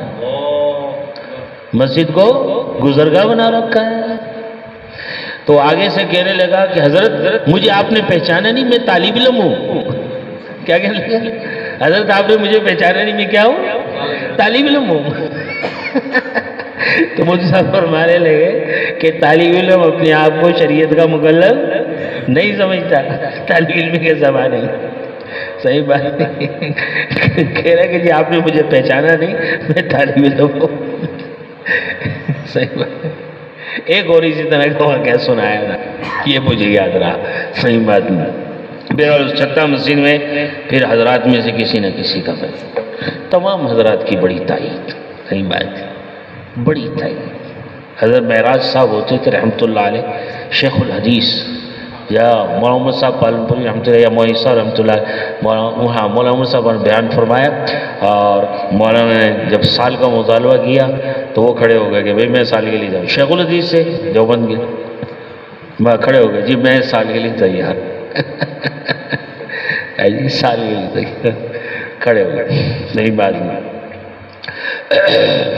تو بھائی دارالعلوم دیوبند جو ہے، اچھا دیوبند کے علاوہ جو ارد گرد کے تمام مدارس، ایک مرتبہ میرا مدارس میں جانا ہوا، حضرات نے میرے لیے طے کیا، میں گیا، یعنی کچھ علماء ساتھ تھے، تمام مدارس کے اندر، تو ان مدارس میں ساری تبلیغی ترتیب، 24 گھنٹے کی جماعت اور مشورے کا ہونا، 24 گھنٹے کی جماعت کا ہونا، اور یہ سارا اس میں نہیں معلوم۔ تو وہاں بھی اس محنت کی ضرورت سمجھی گئی کہ طالب علم کی زمانے میں تربیت کے لیے ضروری ہے کہ طلباء اس محنت کے ساتھ جڑیں، اس محنت کے ساتھ رہیں، تاکہ ان میں داعیانہ مزاج پیدا ہو، امت میں پھرنے کا مزاج پیدا ہو، لوگوں کو اللہ کی طرف کھینچنے کا مزاج پیدا ہو، لوگوں کی طرف اللہ کی طرف کھینچنے کا مزاج پیدا ہو۔ اچھا چلو یاد آیا، ایک اور بات سنا دوں۔ ایک مرتبہ جو چھٹیاں ہو رہی تھی تو ان چھٹیوں میں، اچھا چھٹیوں میں وہاں سے 300 ساڑھے 300 طلباء تو وہ ہوتے تھے جو وہیں سے چلے جاتے چلے کے لیے، سالانہ چھٹی میں چلے کے لیے۔ حضرت مدنی کے 2 پوتے، معاشر مدنی صاحب کے 2 بیٹے، اس وقت جو وہ ہیں نا محمود صاحب، وہ بھی میرے دورے کے ساتھی ہیں، صحیح بات نہیں۔ اور ارشد مدنی صاحب، وہ مولانا اسد مدنی صاحب رحمۃ اللہ علیہ کے بیٹے، جو اس وقت جمعیت علماء کے بیچ میں صدر تھے، اب شاید پتہ نہیں کس عہدے پر ہے، مجھے معلوم نہیں۔ تو وہ اور پھر جناب جو مولانا ارشد مدنی صاحب دعوت برکاتہم کے 2 بیٹے، مفتی امجد، مفتی اظہر، وہ میرے دونوں ساتھی، صحیح بات۔ اور اچھا مدنی خاندان کا جو نظام ہے، عام لوگوں کے ساتھ ان کا زیادہ کوئی اٹھنا بیٹھنا نہیں ہے، صحیح بات ہے۔ طلبہ کے اندر میں وہ واحد آدمی تھا کہ جن کے پاس ان کا کثرت سے آنا جانا تھا، کیونکہ میرا قیام مہمان خانے میں تھا، میرے پاس ان کا آنا جانا ہوتا تھا، کھانا پینا اٹھنا بیٹھنا، اور میں بھی ان کے بلکہ گھر میں بھی چلا جاتا تھا۔ حضرت مدنی جس تھال میں مہمانوں کی ضیافت کرتے تھے اس تھال میں میں نے کئی مرتبہ کھانا کھایا، بلکہ ایک دن میں نے ان سے کہا یار جو تمہاری دادی اماں ہیں، بڑی اماں، ان کی ہاتھ کا تو کچھ بنا کے مجھے کھلواؤ۔ حضرت مدنی کی جو اہلیہ تھی حیات تھی، دوسری جو اہلیہ تھی وہ حیات تھی، تو انہوں نے پھر وہ بنوا کے مجھے کھلوایا لا کے۔ معاشد مدنی صاحب جماعتیں جو آتی تھی، اچھا الیاس صاحب رحمۃ اللہ علیہ نے ابتدا سے ہی ترتیب بنائی تھی، جو جماعتیں بنتی تھی اور دارالعلوم دیوبند کے 50 کلومیٹر کے علاقے میں جو جماعتیں اس رخ پر بھیجی جاتی تھی تو ان کو ہدایات تھی کہ دیوبند ضرور جانا ہے، تو وہ اخیر میں یا ابتدا میں، اخیر کے 2 دن یا 1 دن وہاں لے کر آتے تھے، ہاں، تاکہ عوام کا ربط بیٹھے علماء سے۔ انگریز نے محنت کی تھی اور محنت کر کے عوام کو علماء سے کاٹ دیا تھا، اس محنت نے پھر علماء کے قریب کیا عوام کو، صحیح بات ہے۔ تو مولانا الیاس رحمۃ اللہ نے ابتدا سے ہی یہ ترتیب رکھی کہ اس طرف جانے والی تمام جماعتوں کو ہدایات ہوتی تھی کہ دیوبند میں ضرور تم نے جانا ہے۔ تو وہ منظر بھی میں نے آنکھ سے دیکھا کہ دیوبند کا جو مہمان خانہ ہے روزانہ 2 جماعتیں، 1 جماعت، 3 جماعتیں، 5 جماعتیں سے بھرا رہتا تھا، گرد گرد محنت کرتے ہوئے اپنا وقت پورا کرتے ہوئے اخیر میں آتے تھے، اور اخیر میں آ کر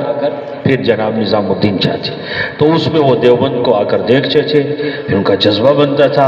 اپنے بچوں کو پڑھانے کا جذبہ بنتا تھا، علم کا جذبہ بنتا تھا، اس روح سے ان کو وہاں بھیجا جاتا تھا۔ تو جماعتیں جب آتی تو وہ اساتذہ سے بھی ملتی، تو وہاں اشرف مدنی صاحب دامت برکاتہم سے ان کے اپنا گھر ان کا اس طرف ہے، اس ہاتھ کے اوپر، تو جناب اس طرف جو گھر، اس گھر کا باہر ایک مہمان خانہ، بڑا سارا مہمان خانہ، عام لوگوں کی آمد و رفت ہے اس میں، تو وہاں جناب لے جاتے، ملاقات کرتے، جب جو بھی جماعت جا کے ملاقات کرتی حضرت سے تو پھر ان کی ایک وقت کی ضیافت، ایک وقت کی ضیافت، جب وہ ایک وقت کی ضیافت کرتے تھے تو مجھے ضرور بلاتے تھے، بیٹے کو بھیجے کہ اس کو ضرور بلا کے لاؤ، تو مجھے بھیجتے، مجھے بلواتے، پھر ساتھ بیٹھاتے، پھر ان کا عجیب انداز، گول تھال، چاول بنے ہوئے، دیوبند کے یعنی دیوبند کے باہر ایک کباب والا کبابچی کھڑا ہوتا ہے، وہ لمبی سیخ والے کباب ہوتے ہیں مرچوں والے، وہ کباب منگواتے تھے، پھر اپنے ہاتھ سے جناب توڑ کے پورے اس تھال کے اوپر ڈال کے پھر جناب جو جماعت والوں کو بیٹھا کے وہ بیٹھ کے خود بیٹھے دیکھتے رہتے تھے، شرکت نہیں کرتے، خود کھانے میں شرکت نہیں کرتے تھے، خود بیٹھ کے خدمت کرتے تھے۔ اشرف مدنی صاحب بیٹھ کر خدمت کرنا، پانی پلانا، پانی دینا، خدمت کرنا، صحیح بات، یہ ان کا انداز تھا۔ تو جناب اس تعلق کی بنیاد پر جناب سن 93 میں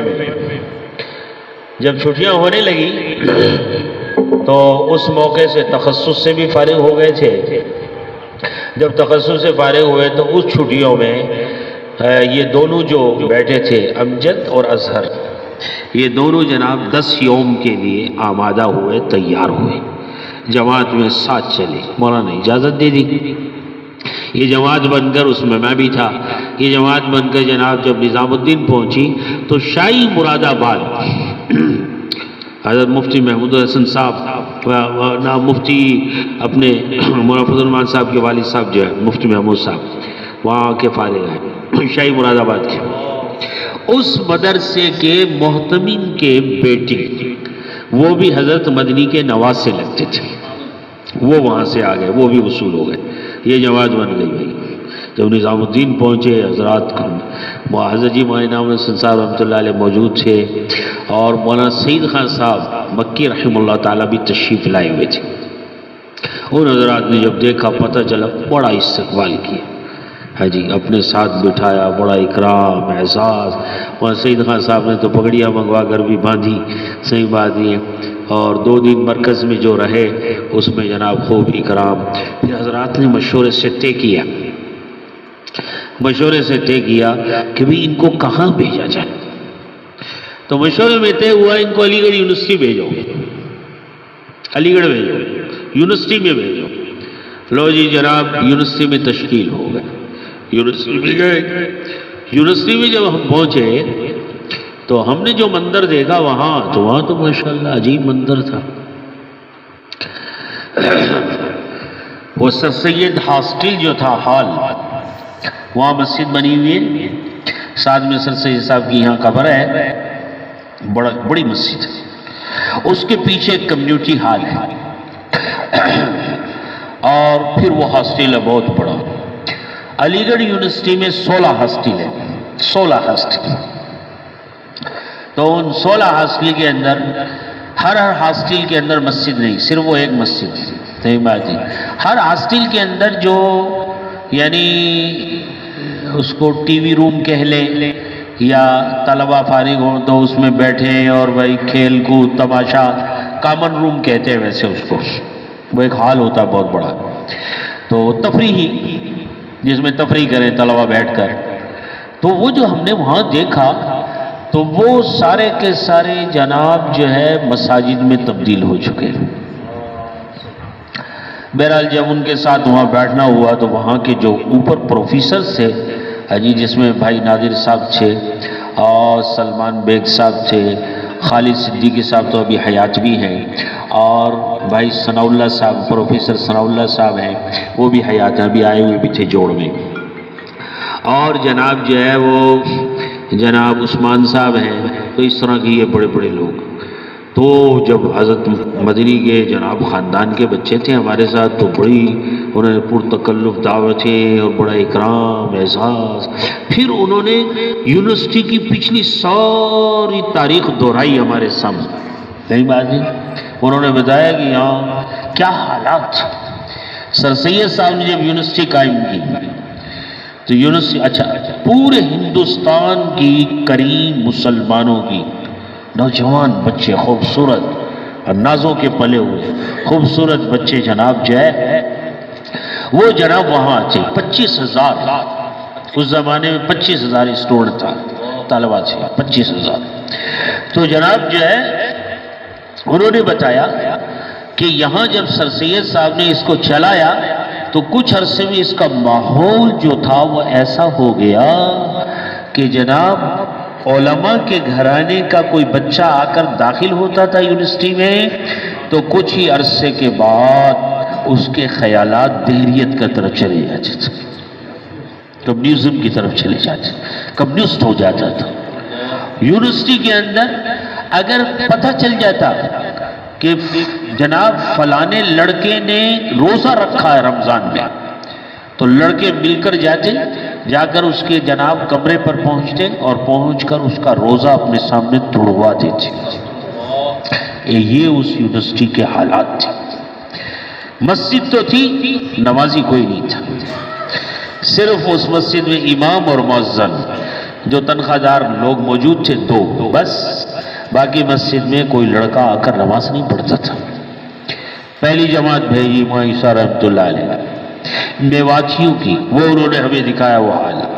کہ یہ وہ حال ہے جس کے اندر پہلی جماعت آئی ہو، صحیح بات تھی۔ جب اس مسجد میں پہنچی تو طلبہ نے دیکھا سیدھے سادے جناب پگڑی باندھے ہوئے، لنگیاں باندھے ہوئے جناب، سیدھے سادے کرتے پہنے ہوئے، بستر اٹھائے ہوئے لوگ آئے ہیں، تو لڑکوں کو تو مذاق ہاتھ آ گیا جی۔ کچھ لڑکے جمع ہو کے آ گئے، آ کر کہنے لگے جناب جو ہے بھائی مسجد میں کوئی نہیں آئے گا، آپ لوگ ہم سے ملنے آئے ہیں؟ لڑکوں سے کہا جی ملنے۔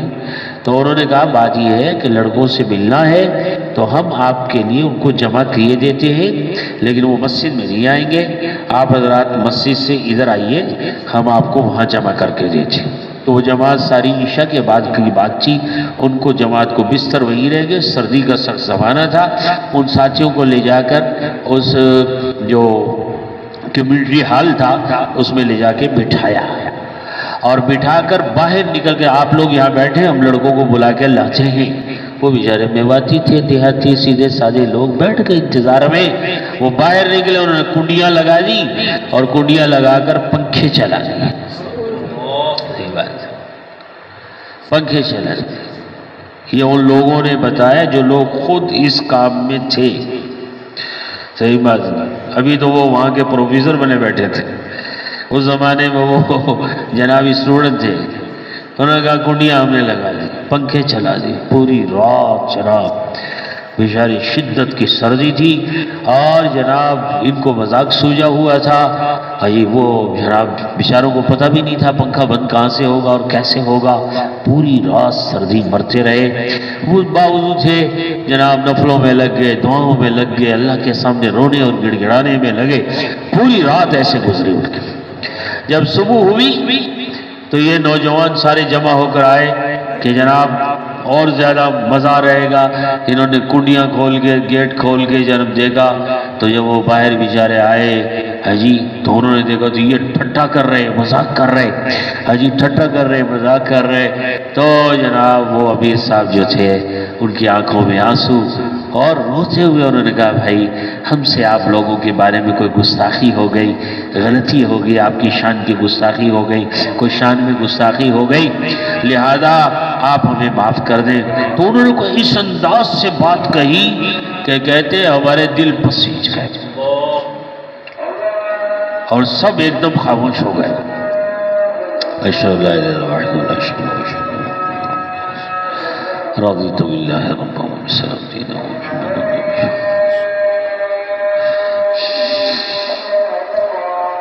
اللہ اشہد ان لا الہ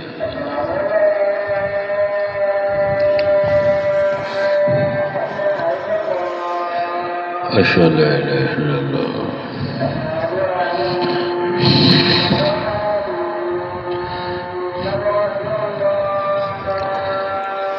اشہد ان محمد رسول اللہ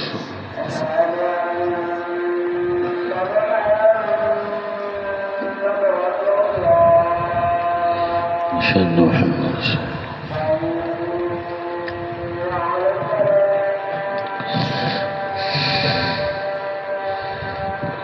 لا حول ولا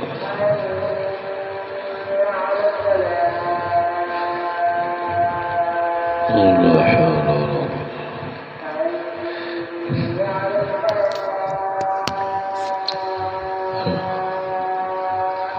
لا حول ولا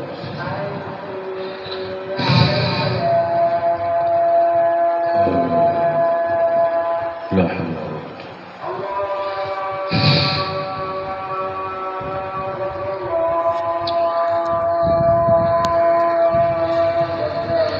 قوة الله أكبر الله أكبر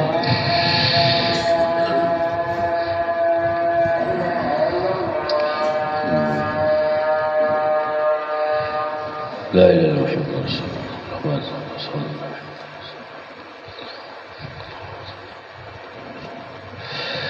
تو انہوں نے بتایا کہ اس یونیورسٹی کے اس قسم کے حالات سے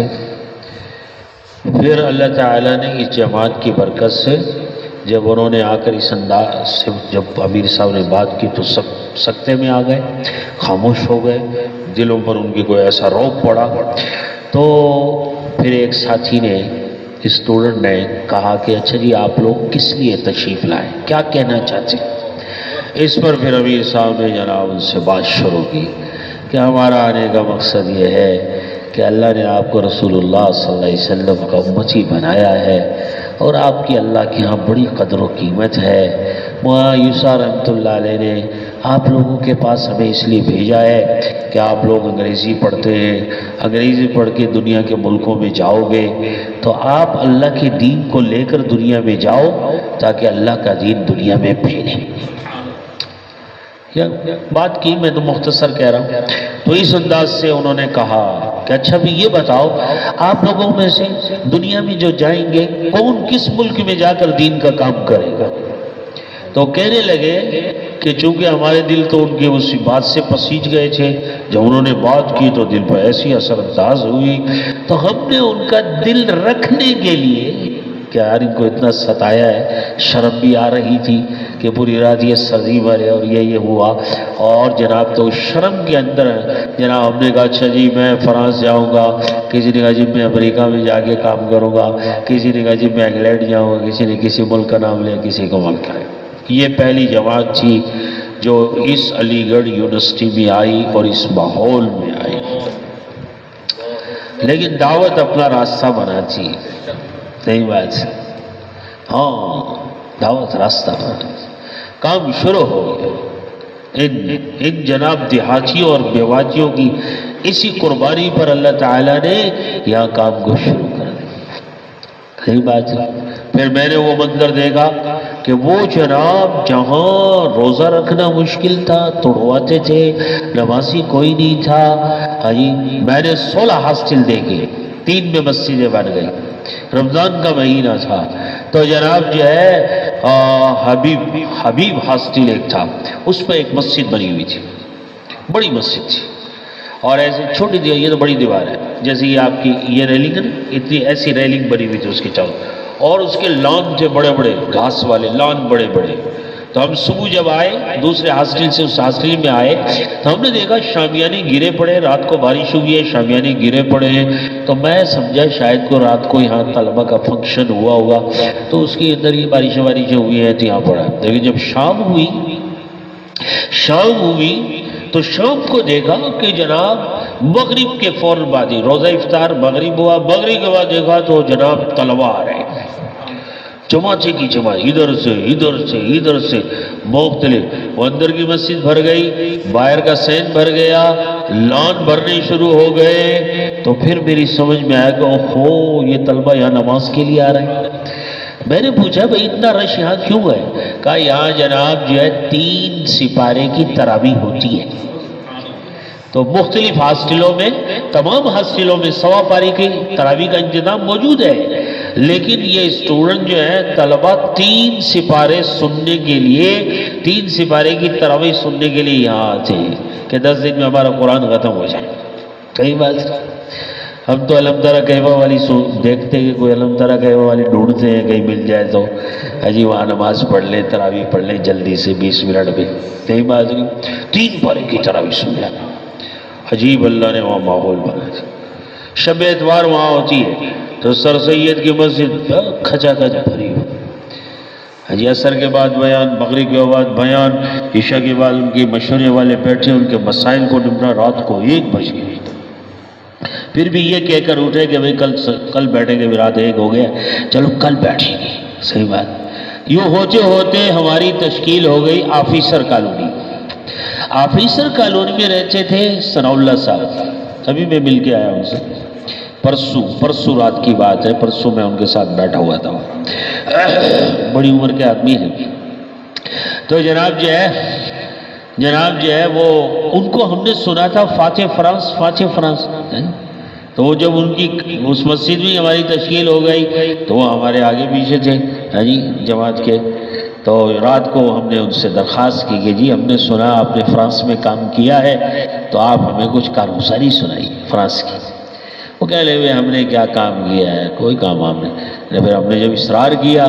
تو پھر وہ مچھر وہاں بہت ہوتا ہے، یہ بات انہوں نے اتنی بڑی یہاں سے لے کر اتنی پوری جماعت اس مچھردانی میں آ جائے، اتنی بڑی مچھردانی لگوائی انہوں نے، پھر اس مچھردانی میں ہم گھس کے بیٹھے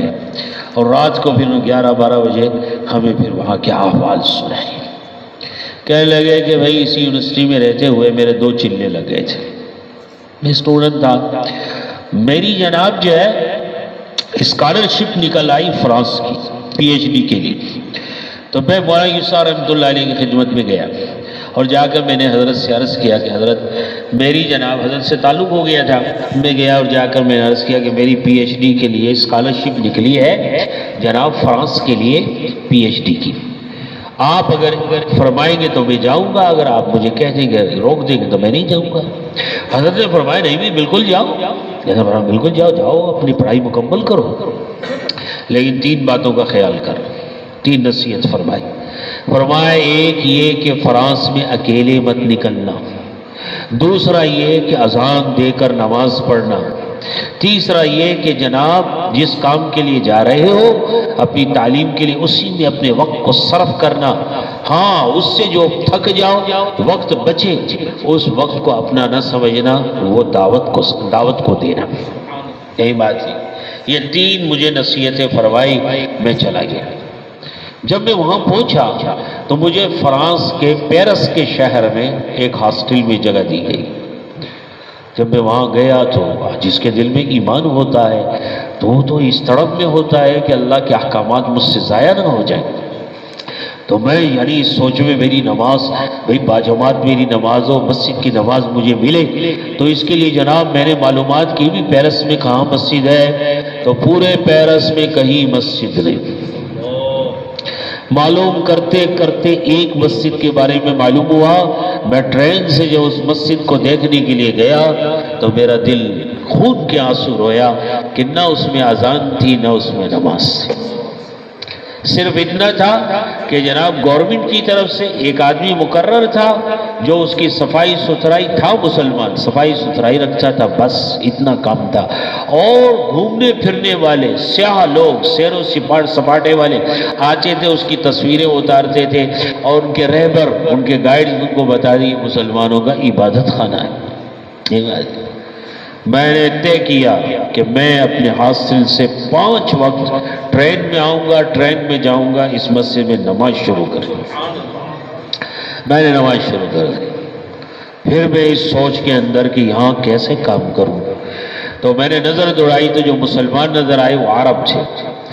اور وہ کچی آبادیاں عربوں کی تھی۔ تیونس، مراکش اور الجزائر، ان تینوں ملکوں کے عرب لوگ وہاں کمانے کے لیے، مزدوری کرنے کے لیے آتے تھے، تو کچی آبادیوں میں وہ رہتے تھے، نماز روزہ ہر چیز سے دور، نہیں بات نہیں۔ عربی مجھے نہیں آتی تھی، فرنچ بھی مجھے نہیں آتی تھی، یا تو وہاں فرنچ تھی یا یہ عرب لوگ تھے عربی بولتے تھے، مجھے انگلش آتی تھی، اردو آتی تھی۔ میں سوچتا رہا بھائی ان میں کیسے میں جاؤں، کیسے کام کروں، کیسے کروں۔ سوچنے لگا تو اللہ نے میرے دل میں القاء کیا۔ میرے پاس ریاض الصالحین کتاب تھی، اعراب اس میں لگے ہوئے تھے، میں نے اسے بغل میں دبایا، قرآن میں پڑھا ہوا تھا، تو میں گیا عربوں کے پاس، 2-4 عرب جمع کیے، کتاب کھولی، پڑھ کے سنا دی، ہاں جی، حدیث پاک پڑھ کے سنا دی۔ مجھے اتنا پتا تھا کہ بھئی یہ حدیث کی کتاب ہے، باقی میں کیا پڑھ رہا ہوں مجھے اس کا علم نہیں ہوتا تھا، اتنا تھا کہ بھی حدیث بات، تو میں ان کو سناتا، صحیح بات ان کو سنا دیتا تھا۔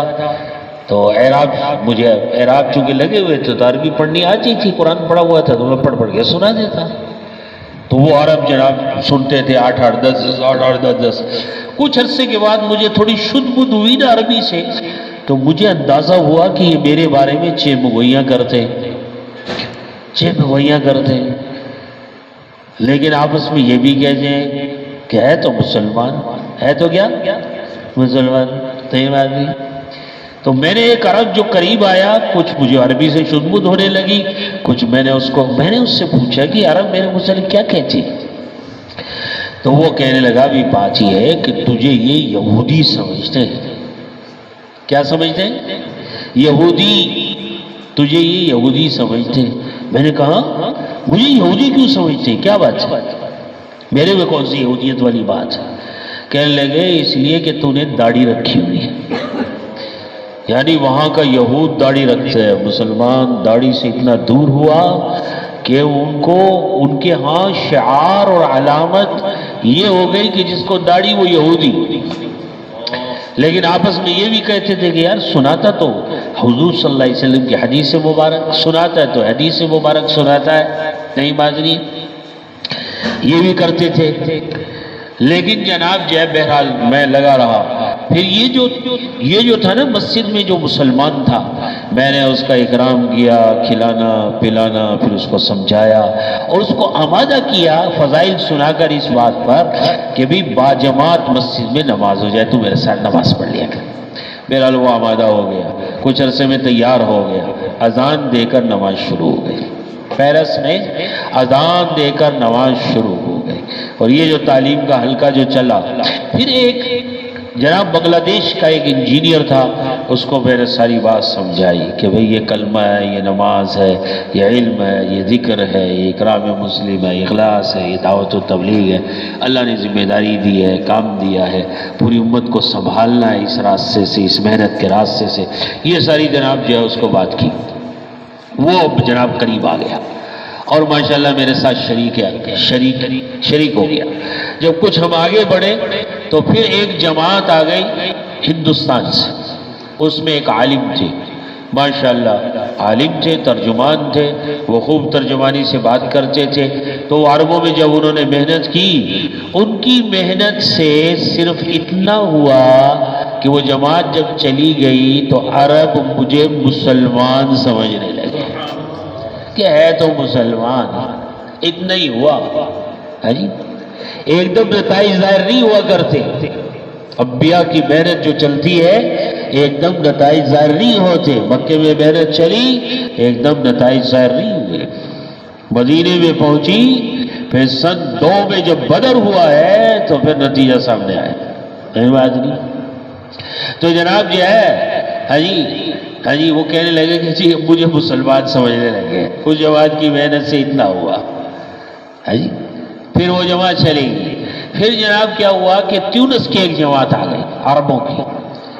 جب وہ آئے تو ان کو مسجد میں نہیں ٹھہرنے دیا، گورنمنٹ نے اجازت نہیں دی، ہوٹل میں ٹھہرایا۔ 40 دن کے لیے آئے تھے، خرچہ زیادہ ہوا، ہوٹل میں ٹھہرنے کی وجہ سے 20 دن رہے۔ 20 دن انہوں نے کام کیا، لیکن عرب سے انہوں نے جو کام کیا تو اس سے عرب جناب سمجھنے لگے کہ واقعی یہ کسی کام کے لیے کہہ رہے ہیں، کسی محنت کے لیے کہہ رہے ہیں، کسی کام کے لیے کہہ رہے ہیں۔ 20 دن کے بعد وہ چلے گئے، آگے رمضان آ گیا۔ وہ جو تعلیم کے حلقے جو ہم نے لگائے اس کا اثر ظاہر ہوا۔ اس کا اثر کیا ظاہر ہوا کہ اس کا اثر یہ ظاہر ہوا کہ اس دفعہ ان عربوں نے طے کیا کہ رمضان میں ہم نماز بھی پڑھیں گے، روزہ بھی رکھیں گے۔ صحیح بات ہے۔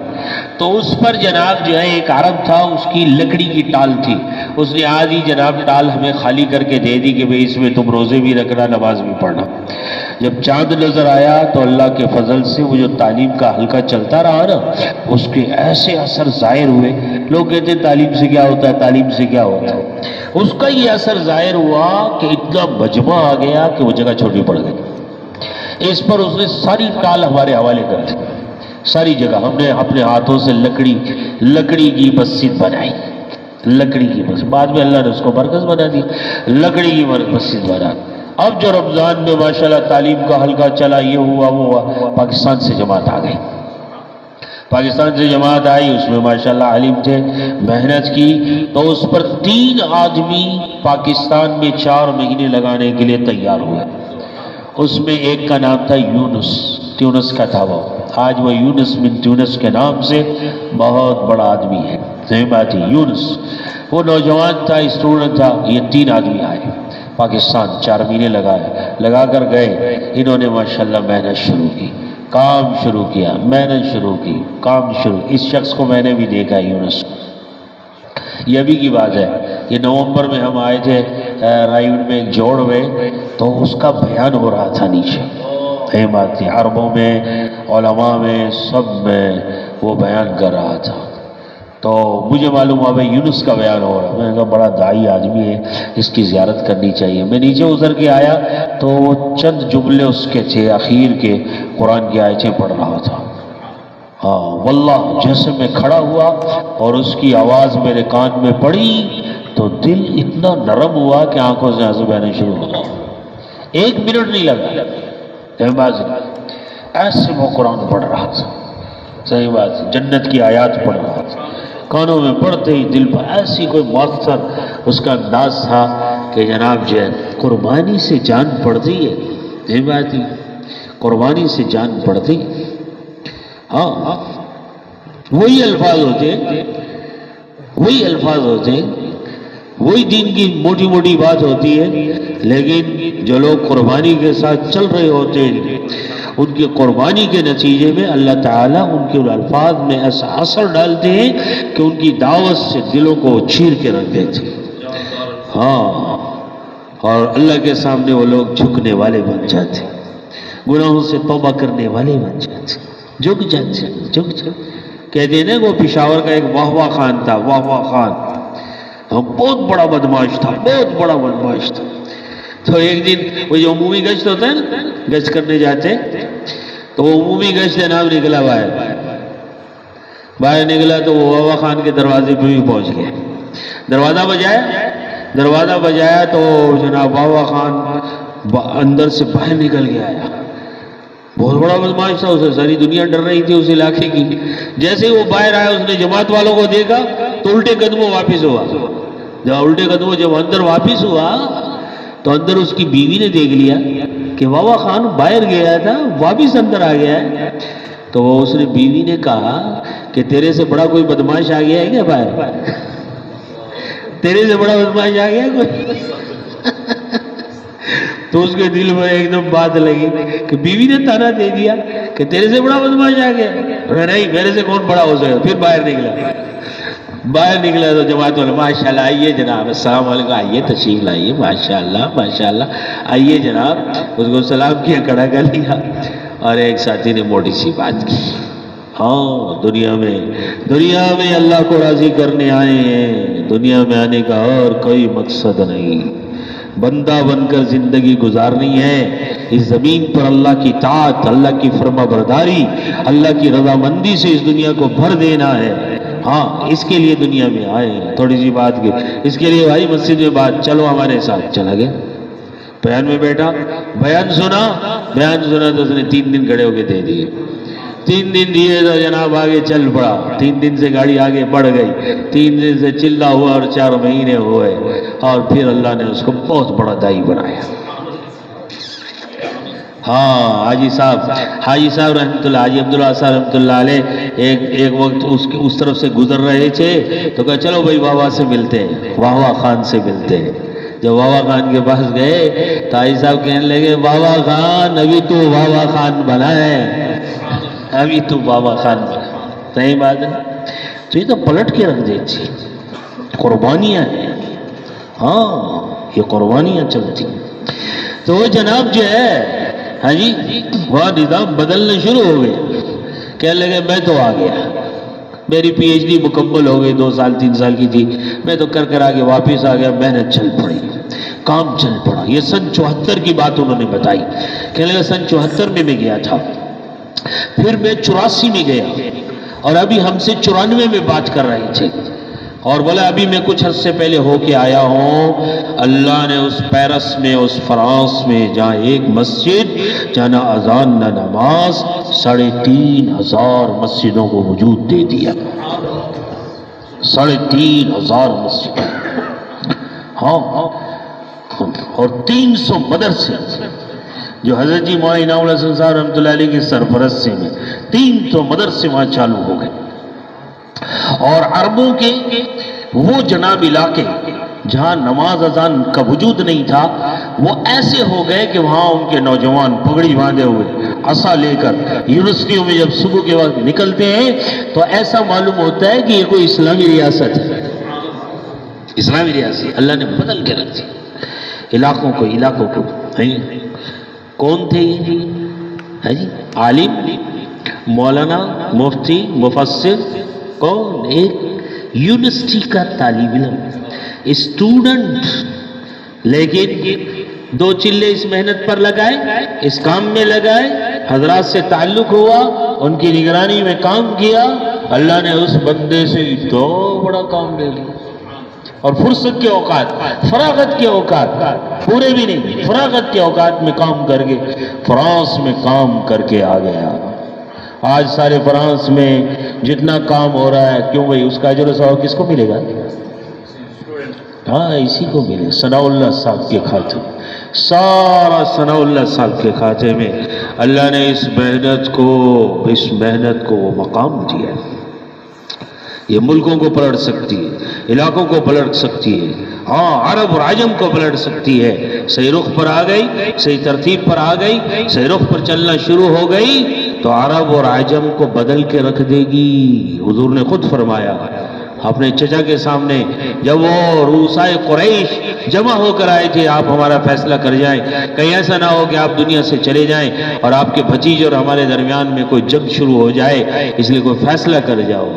تو حضور کو بلا لیا، سارے سردار بیٹھے، ابو جہل بھی بیٹھا، یہ سارے بیٹھے ہوئے، اور جناب ادھر ابو طالب بیٹھے ہوئے، بھتیجے کو بلایا، آپ صلی اللہ علیہ وسلم تشریف لائے۔ جب آپ صلی اللہ علیہ وسلم تشریف لائے تو محفل کو دیکھتے ہی محفل کا رنگ سمجھ گئے کہ کیا مسئلہ ہے، کیا بات ہے۔ ابو طالب نے کہا دیکھ رہے ہو سارے سرداران قریش آج جمع ہیں، بڑے بڑے آدمی میری چوپال پر میرے ڈیرے پر آئے ہوئے، دیکھ رہے ہو؟ تو انہوں نے کہا جی دیکھ رہا ہوں۔ تو ابو طالب نے کہا کہ بھتیجے یہ تیری شکایت لے کر آئے۔ تو حضور نے فرمایا چچا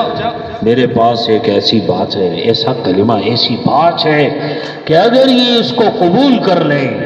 اس کو قبول کر لے تو عرب اور عجم ان کا ماتحت بن جائے۔ اس پر جو ابو جہل غصے میں بیٹھا ہوا تھا، وہ ایک دم جناب کھڑا ہو کر جلدی سے اس کا غصہ کافور ہو گیا، دوڑتا ہوا تقریباً حضور کے پاس آ گیا، آ کر کہنے لگا بھتیجے جلدی بتائیے وہ کون سی بات ہے؟ ایک نہیں 10 باتیں تیری ایسی قبول ہے کہ عرب اور عجم ہمارا ماتحت ہو جائے گا، ہم اس کے بڑے بن جائیں گے، عرب اور عجم ہمارا ماتحت ہو جائے گا۔ حضور صلی اللہ علیہ وسلم فرمایا وہ ایک ہی بات ہے، وہ ایک ہی بات ہے، کہا جلدی بتائیے۔ حضور نے فرمایا وہ بات ہے اشہد ان لا الہ الا اللہ و اشہد ان محمد رسول اللہ، یہ بات ہے۔ بس یہ سننا تھا بھاگ گیا۔ ہاں سارے سرداروں کو لے کے کہ یہ نہیں ماننے والا، چلو چلو صحیح بات ہے۔ تو اس کلمے کی قوت، اس کلمے کی دعوت کی قوت کس نے بتائی؟ محمد رسول اللہ۔ ہاں میرے کانوں نے سے بعض ایسے لوگوں سے بات سنی ہے، کہتے ہیں تبلیغ والے کلمے نماز کی بات کرتے، ان کے پلے بیچاروں کی ہے کیا؟ استغفر اللہ، کہتے ہیں کلمے نماز کی بات کرتے، ان کے پلے ہے کیا؟ محمد رسول اللہ تو کیا بتا رہے ہیں؟ اس کلمے کی قوت اور طاقت بتا رہے ہیں کہ اس کلمے کو لے لے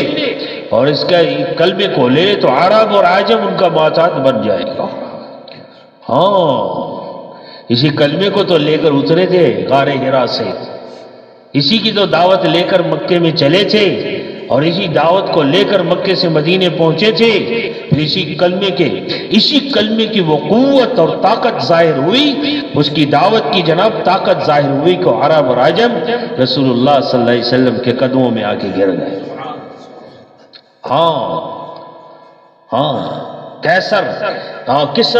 کسرا کے جناب محلات میں جناب انہی صحابہ کے گھوڑے دوڑتے ہوئے پھر نظر آ رہے تھے، کمزور اور ضعفاء لوگوں کے۔ پھر آنکھوں نے دیکھا، تاریخ بتا رہی ہے، آنکھوں نے دیکھا کہ ہرقل روم کے سارے خزانے سمٹ کر مسجد نبی میں آ کر ڈھیر ہو گئے، مسجد نبی میں آ کر ڈھیر ہو گئے۔ اللہ نے وہ مبارک محنت محمد رسول اللہ صلی اللہ علیہ وسلم کے راستے سے اس امت کو عطا فرمائی ہے۔ اس امت کا کوئی بھی فرد کسی شعبے سے تعلق رکھنے والا جب اس محنت کو لے کر اٹھے گا تو وہ ساری انسانیت کی ہدایت کا ذریعہ بن جائے گا، ساری انسانیت کی ہدایت کا ذریعہ بن جائے۔ اللہ بنا رہا ہے، یہی بسترے اٹھاتے آج ساری دنیا میں چلے گئے، ساری دنیا میں پہنچ گئے۔ آج ساری دنیا کے اوپر تبلیغ کا ہاتھ یوں چھایا ہوا ہے اور ساری دنیا اس کے نیچے یوں آ چکی ہے۔ ہاں حضور صلی اللہ علیہ وسلم نے جو فرمایا تھا کہ میرا یہ کلمہ، بیٹا مت رو، میرا یہ کلمہ دروئے زمین کے ہر کچے پکے مکان تک پہنچ کر رہے گا۔ کون پہنچا رہے ہیں؟ کون لے کے جا رہے ہیں؟ اس دعوت کو کون لے کر جا رہے ہیں؟ اس کلمے کو ساری دنیا کے دروازوں پر کھٹکھٹا کر کون پہنچا رہے ہیں؟ کون لے کے جا رہے ہیں؟ اللہ نے بہت مبارک محنت کی ہے، اس محنت کی ہمیں قدر کرنی چاہیے، اس محنت کی قدر کرنی چاہیے۔ مفتی محمود الحسن صاحب رحمۃ اللہ علیہ جو تھے، اس لیے اس محنت کے لیے علماء سے سال مانگتے، اس محنت کے لیے علماء سے کیا مانگتے ہیں بھائی؟ سال مانگتے کہ علماء سال دیں، عام لوگ 4 مہینے دیں، علماء کے علاوہ ہے، غیر علماء ہے تو 4 مہینے تھے، علماء ہیں تو سال تھے۔ مفتی محمود الحسن صاحب گنگوئی رحمۃ اللہ علیہ سے کسی نے کہا کہ حضرت فرمایا، حضرت یہ علماء سے سال، تبلیغ والے علماء سے سال، علم والوں سے سال، اور عام لوگوں سے 4 مہینے۔ تو حضرت نے فرمایا وہ بھائی ڈبے ہیں، یہ انجن ہے، وہ ڈبے ہیں، یہ انجن ہے، یہ انجن ہے،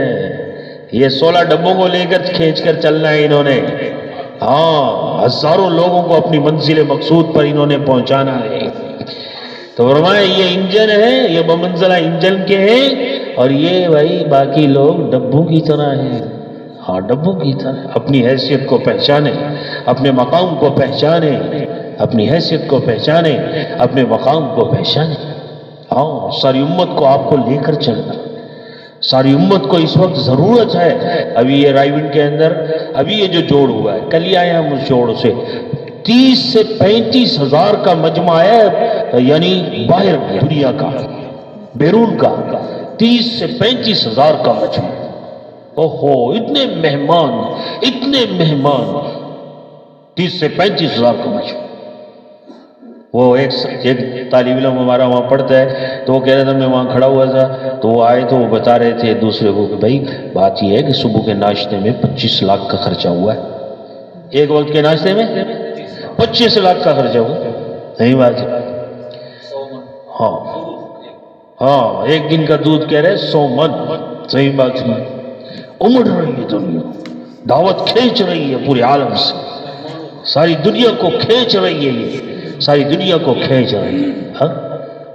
ساری دنیا کو۔ آسائش کے نقشوں سے لوگ نکل کر آ رہے ہیں، آسائش کے نقشوں کو لات مار کے آ رہے ہیں، نیچے چٹائیوں پر پڑے ہوئے، میدان میں جا کر دیکھو میدان میں دنیا پڑی ہوئی ہے، ملکوں کے شہزادے پڑے ہوئے، ملکوں کے شہزادے پڑے ہوئے۔ اللہ نے اس محنت کے راستے سے اللہ نے پوری دنیا کو ایک کر دیا ہے۔ ہاں مسلمانوں کو لو انفقت ما فی الارض جميعا لما الفت بین قلوبہم۔ میں طالب علمی وہاں دیوبند میں تھا، تو یوں ہم جا رہے تھے، تو ایک ساتھی تھا ساتھ پڑھنے والا، اس نے جناب کچھ اشکال کیا تبلیغ کے بارے میں۔ میں نے کہا بھائی دیکھو بات سنو، میں ہوں تو ایک طالب علم آدمی، تم نے جو یہ اشکال پیش کیا ہے تو دیکھو اگر یہ کام حق نہ ہوتا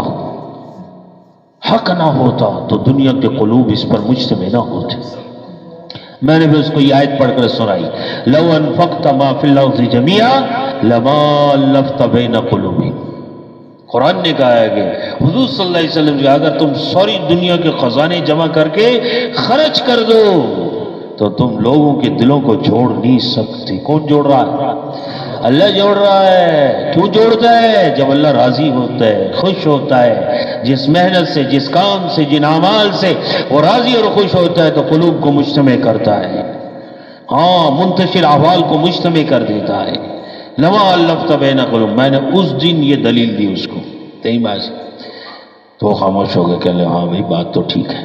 بات تو ٹھیک ہے۔ تو محنت ساری دنیا کو کھینچ رہی ہے، لا رہی ہے، مرکزوں میں لوگ ڈھیر ہو رہے ہیں، دنیا کے ہر شعبے سے تعلق رکھنے والے آ کر جناب زمین کی مٹی پر بیٹھ رہے ہیں، ہاں سادہ زندگی کو اللہ وجود دے رہا ہے، محمد رسول اللہ صلی اللہ علیہ وسلم کی مبارک زندگی کو وجود دے رہا ہے، وجود دے رہا ہے، وجود دے رہا ہے۔ اس وقت ان مجموعوں کو سنبھالنے کے لیے علماء کی ضرورت ہے، علماء کی ضرورت ہے، ہاں آپ لوگوں کی ضرورت ہے، ہر جماعت میں ضرورت ہے علماء کو وہاں سنبھالنے کی، لینے کی، ان کو چلانے کی، سکھانے کی، سمجھانے کی۔ ہاں جی یہ ضرورت کون پوری کرے گا؟ علماء کے علاوہ تو کوئی طبقہ یہ ضرورت پوری نہیں کر سکتا۔ علم کے لائن کی ضرورت تو علماء ہی پوری کر سکتے، تاجر نہیں پوری کر سکتے، ہاں زمیندار نہیں پوری کر سکتے، ملک کا صدر نہیں پوری کر سکتا، ملک کا وزیر اعظم نہیں پوری کر۔ علم کی لائن کی جو ضرورت ہے وہ تو یہ علماء ہی پوری کر سکتے، اس لیے ان کو سنبھالنا ہوگا۔ ہمارے ساتھ ایک ساتھی تھے مفتی سبیل، ساتھ پڑھتے مدراس کے، حضرت مفتی محمود الحسن صاحب رحمۃ اللہ علیہ کے وہ خادم بھی تھے، تو وہ کہنے لگے کہ میں نے، انہوں نے خود بتایا، کہنے لگے کہ میں نے، میرے پیچھے ساتھی لگے ہوئے تھے، بھائی بولے چلو سال کے لیے، چلو سال کے لیے، چلو سال کے لیے۔ تو میں ایک دن حضرت مفتی صاحب اکیلے تھے، تو میں نے حضرت مفتی صاحب سے عرض کیا کہ حضرت میرے پیچھے ساتھی لگے ہوئے سال لگانے کے لیے، تو میں کیا کروں؟ تو حضرت کی طبیعت میں مزہ بہت تھا، ظرافت بہت تھی۔ تو حضرت فرمانے لگے، اس سے کہنے لگے سبھی ادھر کان سارا کان ادھر کرو، آہستہ سے بولا کان ادھر کرو، کان انہوں نے بھی ادھر کر لیا، بالکل کان کے قریب۔ کہنے لگے بات سنو، چپکے سے جا کے سال لگا کے آ جاؤ، ابھی تبلیغ والوں کو پتہ نہیں چلا کہ تم نے علم کے لیے 10 سال دیے۔ اگر ان کو پتہ چل گیا کہ تم نے علم کے لیے 10 سال دیے ہیں اور وہ مشورہ کر بیٹھے کہ بھئی ان علماء سے 10 سال مانگو دعوت کے لیے بھی، پھر تو کیا کرے گا؟ ابھی 2 سال ہی مانگ رہے اس لیے چپکے سے جا کے لگا کے آ جا چپکے سے حضرت مفتی صاحب نے فرمایا نہیں مانی۔ تو بھئی آپ حضرات سے گزارش ہے، میں نے دیکھو آپ کے سامنے بہت چیزیں آپ کے سامنے میں لے کر آیا ہوں، ہاں جی، جو میرا ذہن جس رخ سے کام کر رہا ہے اس کے مطابق میں بہت کچھ آپ کے سامنے لے کر آیا ہوں۔ بات یہ اپنی اس بات میں پھیلایا تو میں نے بہت سی چیزیں لے کر آیا، اور آپ کے سامنے یہ چیز بھی ظاہر ہو گئی کہ اس محنت کو لینے والا ایک طالب علم، اور وہ بھی یونیورسٹی کا، اور وہ کرے اور اس کو اپنا کام بنا کے کرے تو اس کے ذریعے اللہ کتنا کام کراتا ہے۔ تو علم والے اگر اس رخ پر آویں اور اس میدان دعوت میں کود جاویں اور اس میدان دعوت میں رہ کر اس کام کو اپنی زندگی کا مقصد بنا کر کرنے لگے تو اللہ ان کے ذریعے کتنا کام لے گا، کتنا کام لے، اور صحیح رخ سے لے گا، کام لے گا اور صحیح رخ سے لے گا۔ تو اس کے لیے بھائی گزارش ہے آپ حضرات کی خدمت میں کہ بھائی اس میں تاخیر نہ کریں۔ آج سے میرا خیال یہ میرا 3را چلہ ہے آپ کے پاس آتے ہوئے، 3 سال سے میں آ رہا ہوں آپ کے پاس، 3 سال سے۔ پہلے سال جب میں آیا تھا یہاں کے علماء کو جمع کیا تھا، پہلے سال جب میں آیا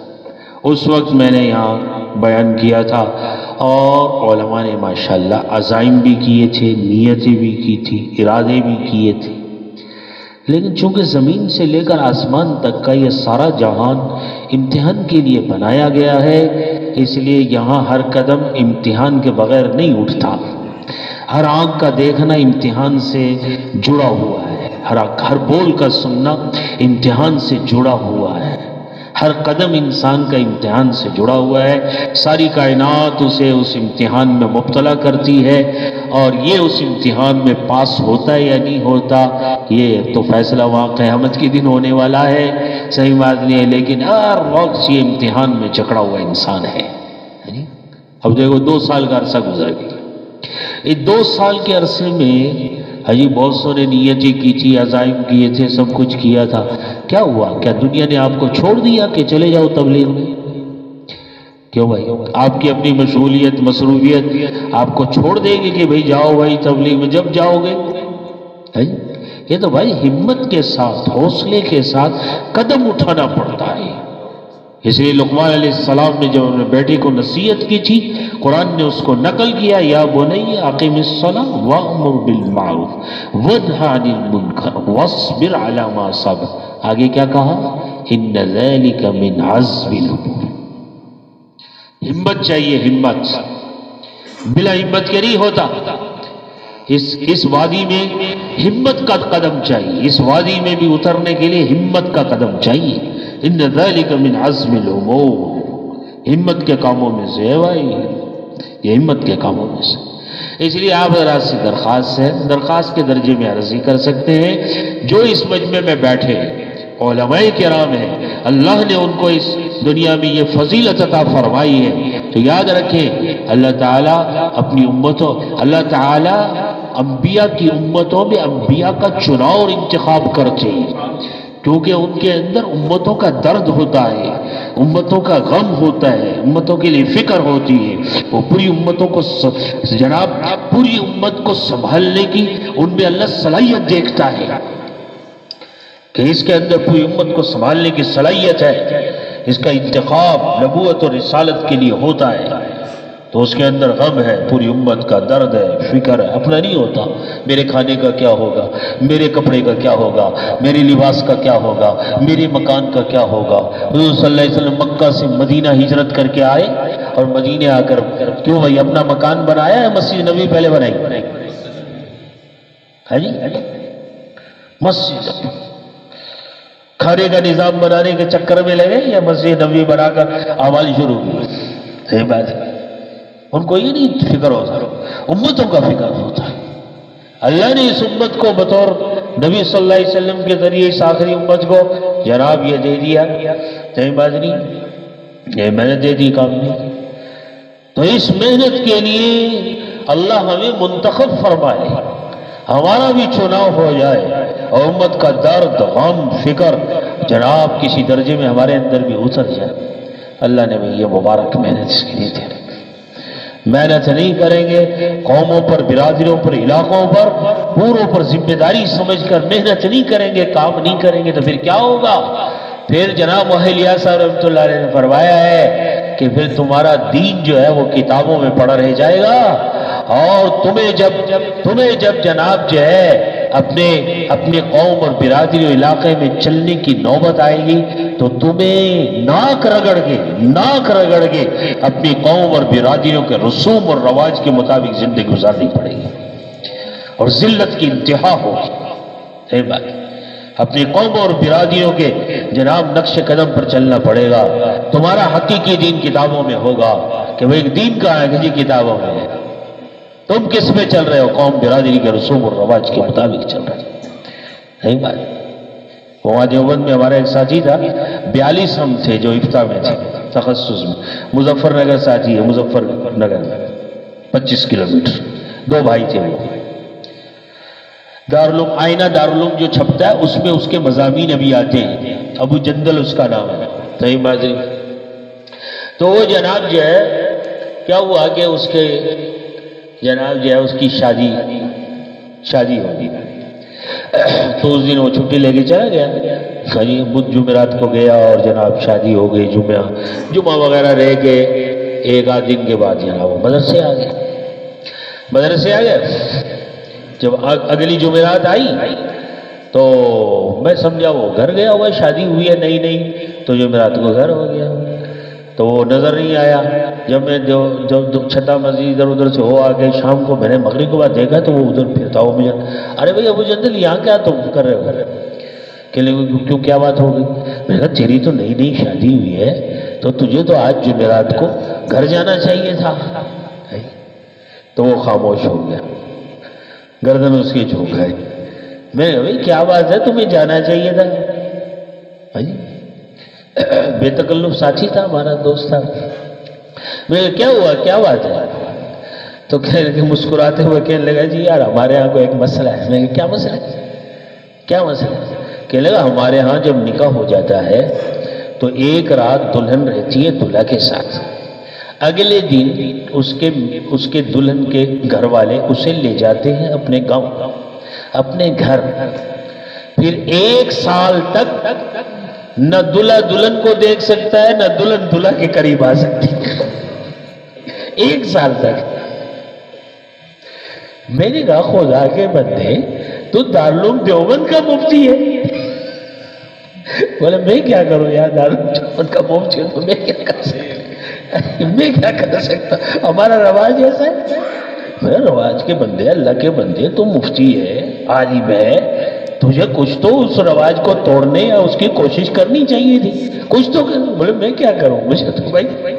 اب 1 سال کے بعد دلہنیا ملے گی مجھے تو تو مجھے وہ بات یاد آ گئی، معلیہ سر عبداللہ جو بات ہو کہ تمہارا کتابوں میں علم پڑا رہے گا، الماریوں میں بند پڑا رہے گا، صحیح بات نہیں، اور جب جناب موقع آئے گا تو تم ناک رگڑ کر جناب اپنی قوم اور برادری کے رسوم اور رواج کے مطابق تمہیں چلنا پڑے گا۔ ہاں چلنا پڑے گا۔ اس لیے بھائی اللہ نے آپ لوگوں کو اپنے علاقوں میں جناب ہاں علم کے راستے سے چنا، اس کام کے راستے سے انتخاب ہو، چناؤ ہو، اور امت پر محنت کا دروازہ اس رخ سے کھلے اور امت پر محنت ہو تو اللہ اس راستے سے بھائی فضل فرمائے۔ تو اس کے لیے بھائی بیٹھے بیٹھے ماشاءاللہ آپ حضرات نیت فرمائے۔ ہاں جی بیٹھ جاؤ، تھوڑا بیٹھ جاؤ، یہ قلم کاغذ سے بہت لوگ ڈرتے ہیں، صحیح بات۔ تو بھائی اس میں جو علماء کرام ہے، اچھا دیکھو بات سنیں، میں چلا گیا تھا وہاں، پھر یہ ان حضرات کو اللہ جزائے خیر دے، بار بار انہوں نے اصرار کیا کہ بھئی آپ آئے بھی یہاں، لیکن وہ سال کی جماعت بنانے کے میں لگے رہے،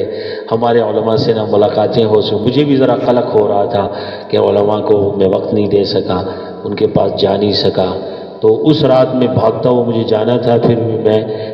مولانا کی خدمت گیا، یہ ان کے مدرسے کی طرف بھی گیا، پھر میں نند پورہ بھی میں بھاگ کے گیا، اسی نند پورہ عشاء کی نماز پڑھی، پھر واپس آیا ان کے مدرسے، پھر مولانا سے جناب غفار صاحب سے ملاقات کی، اللہ ان کو جزائے خیر دے۔ تو جناب پھر مجھے افسوس تھا، تو اللہ تعالیٰ نے کوئی دوبارہ ایسی صورت پیدا کر دی، ہماری تشکیل ادھر ہی قریب میں ہو گئی، اللہ نے ایسی صورت پیدا کر دی، تو اس کی وجہ سے یہ راستے سے ہم گزرتے ہوئے حضرات نے کہا کہ بھی ایک دن اگر مل جائے علماء کو جمع کر لیں، بات ہو جائے۔ میں نے کہا اچھا بھی بات تو کر لیتے ہیں، ہاں جی۔ تو بھائی آپ حضرات کی خدمت درخواست ہے، جو حضرات علماء کرام ہیں وہ تو سال کی نیت کرو انشاءاللہ، ہاتھ اٹھا کے ذرا نیت کر دیکھیں ذرا، ماشاءاللہ اللہ قبول فرمائے، اللہ آپ حضرات سے راضی ہو جائے، خوش ہو جائے، اور آپ حضرات کو اللہ تعالیٰ اس سارے علاقے کی ہدایت کا ذریعہ بنانا طے کر دے، صحیح بات طے کر، جس کو اللہ ہدایت کا راستہ بنا دیتا ہے تو پھر ہدایت اسی کے راستے سے پھیلاتا ہے، صحیح بات۔ تو آپ حضرات سے گزارش ہے کہ اپنی ترتیب بنائیں، ماشاءاللہ ترتیب بنائیں، دنیا وقت نہیں دے گی، آپ کی جو مشغولیت مصروفیت اگرچہ دینی ہے وہ بھی آپ کو وقت نہیں دے، صحیح بات، لیکن ترتیب بنانی پڑتی۔ میں اللہ کے فضل سے میں اپنے مدرسے کا محتمم ہوں، بتانا تو نہیں چاہیے، کہنا تو نہیں چاہیے، لیکن اس لیے کہتا ہوں تاکہ آپ حضرات کو سمجھ میں آ جائے کہ بھائی دینی کام اور علمی کام کرتے کرتے تبلیغی کام بھی آدمی کر سکتا ہے۔ یہ جو ذہنوں میں بیٹھا ہوا ہے جی ہم مدرسوں میں مشغول ہیں، استاد ہیں، مدرس ہیں، میں تو خطیب ہوں، میں تو مسجد کا امام ہوں، میں کیسے نکلوں؟ ہاں جی، میں اللہ کے فضل سے اپنی جامع مسجد، شہر کی جامع مسجد کا جناب جو ہے، ہاں جی شہر کی مسجد کی میرے پاس امامت بھی ہے، خطابت بھی ہے، اور جناب بنین کا مدرسہ بھی ہے، بنات کے 3 مدرسے ہیں جو براہ راست مجھ سے متعلق ہیں، اسباق اس میں ہمارے اساتذہ، اسی بنین مدرسے کے اساتذہ ان تینوں مدارس میں جناب 3 چھوٹے چھوٹے شہر ہیں ہم سے متعلق، حجی ٹنڈو جان محمد، جھڈو، نوکوٹ کا میں رہنے والا ہوں، نوکوٹ میں رہ کر ان تینوں مدرسوں کو سنبھالتے ہیں، بنات کے 3 بڑے مدرسے ہیں، یہ صحیح بات۔ اس کے علاوہ کچھ اسکول کی بھی کچھ ترتیب ہم نے بنائی ضرورت سمجھ کے 3-4 شہروں میں، ان کو بھی کوئی مشورہ ان سے متعلق کرتے، سرپرستی میری، یہی بات۔ باقی آگے ہمارے صحرا ہے، صحرائے تھر، صحیح بات ہی، اس صحرا کے اندر جناب لوگوں نے کلمہ نماز کچھ نہیں پتا، صحیح بات، اس میں اللہ کی وجہ سے جماعتیں سال بھر کی پھرتی ہیں، محنت کرتی ہیں، اس کی برکت سے ہماری اس آنکھ نے دیکھا ہے کچھ ہی وقت میں اللہ نے جن جگہوں پر ایک نمازی نہیں تھا، مسجدیں نہیں تھی، بڑی بڑی مسجدوں کو وجود دے دیا، مکاتب بن گئے، مدارس بن گئے، حافظ بچے ہو گئے، عالم ہو گئے، بڑا کام ہو گیا اللہ کی فضل سے، تھوڑی عرصے بڑی تبدیلی آنکھ نے دیکھی، یہی بات۔ پھرو گے تو امت کے اندر تو بہت کچھ نظر آئے گا، بہت کچھ نظر۔ تو اس لیے یہ ہے کہ آدمی اپنا اس کے اندر ترتیب بنا لے۔ محمد صاحب پالپوری رحمۃ اللہ علیہ کے پاس ایک عالم تشریف لائے، بڑے عالم تھے، تو مولانا نے ان سے فرمایا بھائی تبلیغ میں کچھ وقت کی ترتیب بناؤ، تو کہنے لگے حضرت بات یہ ہے ایک وقت میں میری طرف 5 کام متوجہ رہتے ہیں، میں ان میں پھنسا رہتا ہوں۔ تو مولانا تھوڑی دیر خاموش ہوئے، تھوڑی کے بعد حضرت نے فرمایا، مولانا صاحب نے فرمایا بھائی میری طرف 35 کام ایک وقت میں متوجہ ہوتے ہیں۔ کتنے کام؟ 35 کام۔ میں نے ان کی ترتیب بنا لی، 35 کام میری طرف متوجہ، ایک ہی وقت میں میں نے ان کو مرتب کیا، ترتیب بنائی، اس ترتیب کی وجہ سے 35 کے 35 لے کے چل رہا، 35 کی 35 اور تبلیغ میں پھر صحیح بات ہے۔ تو ترتیب بنا لیں گے تو انشاءاللہ سارا نظام ٹھیک ہو جائے گا۔ تو اس کے لیے آپ حضرات اپنا اپنا کوئی وقت کا تعین فرما لیں،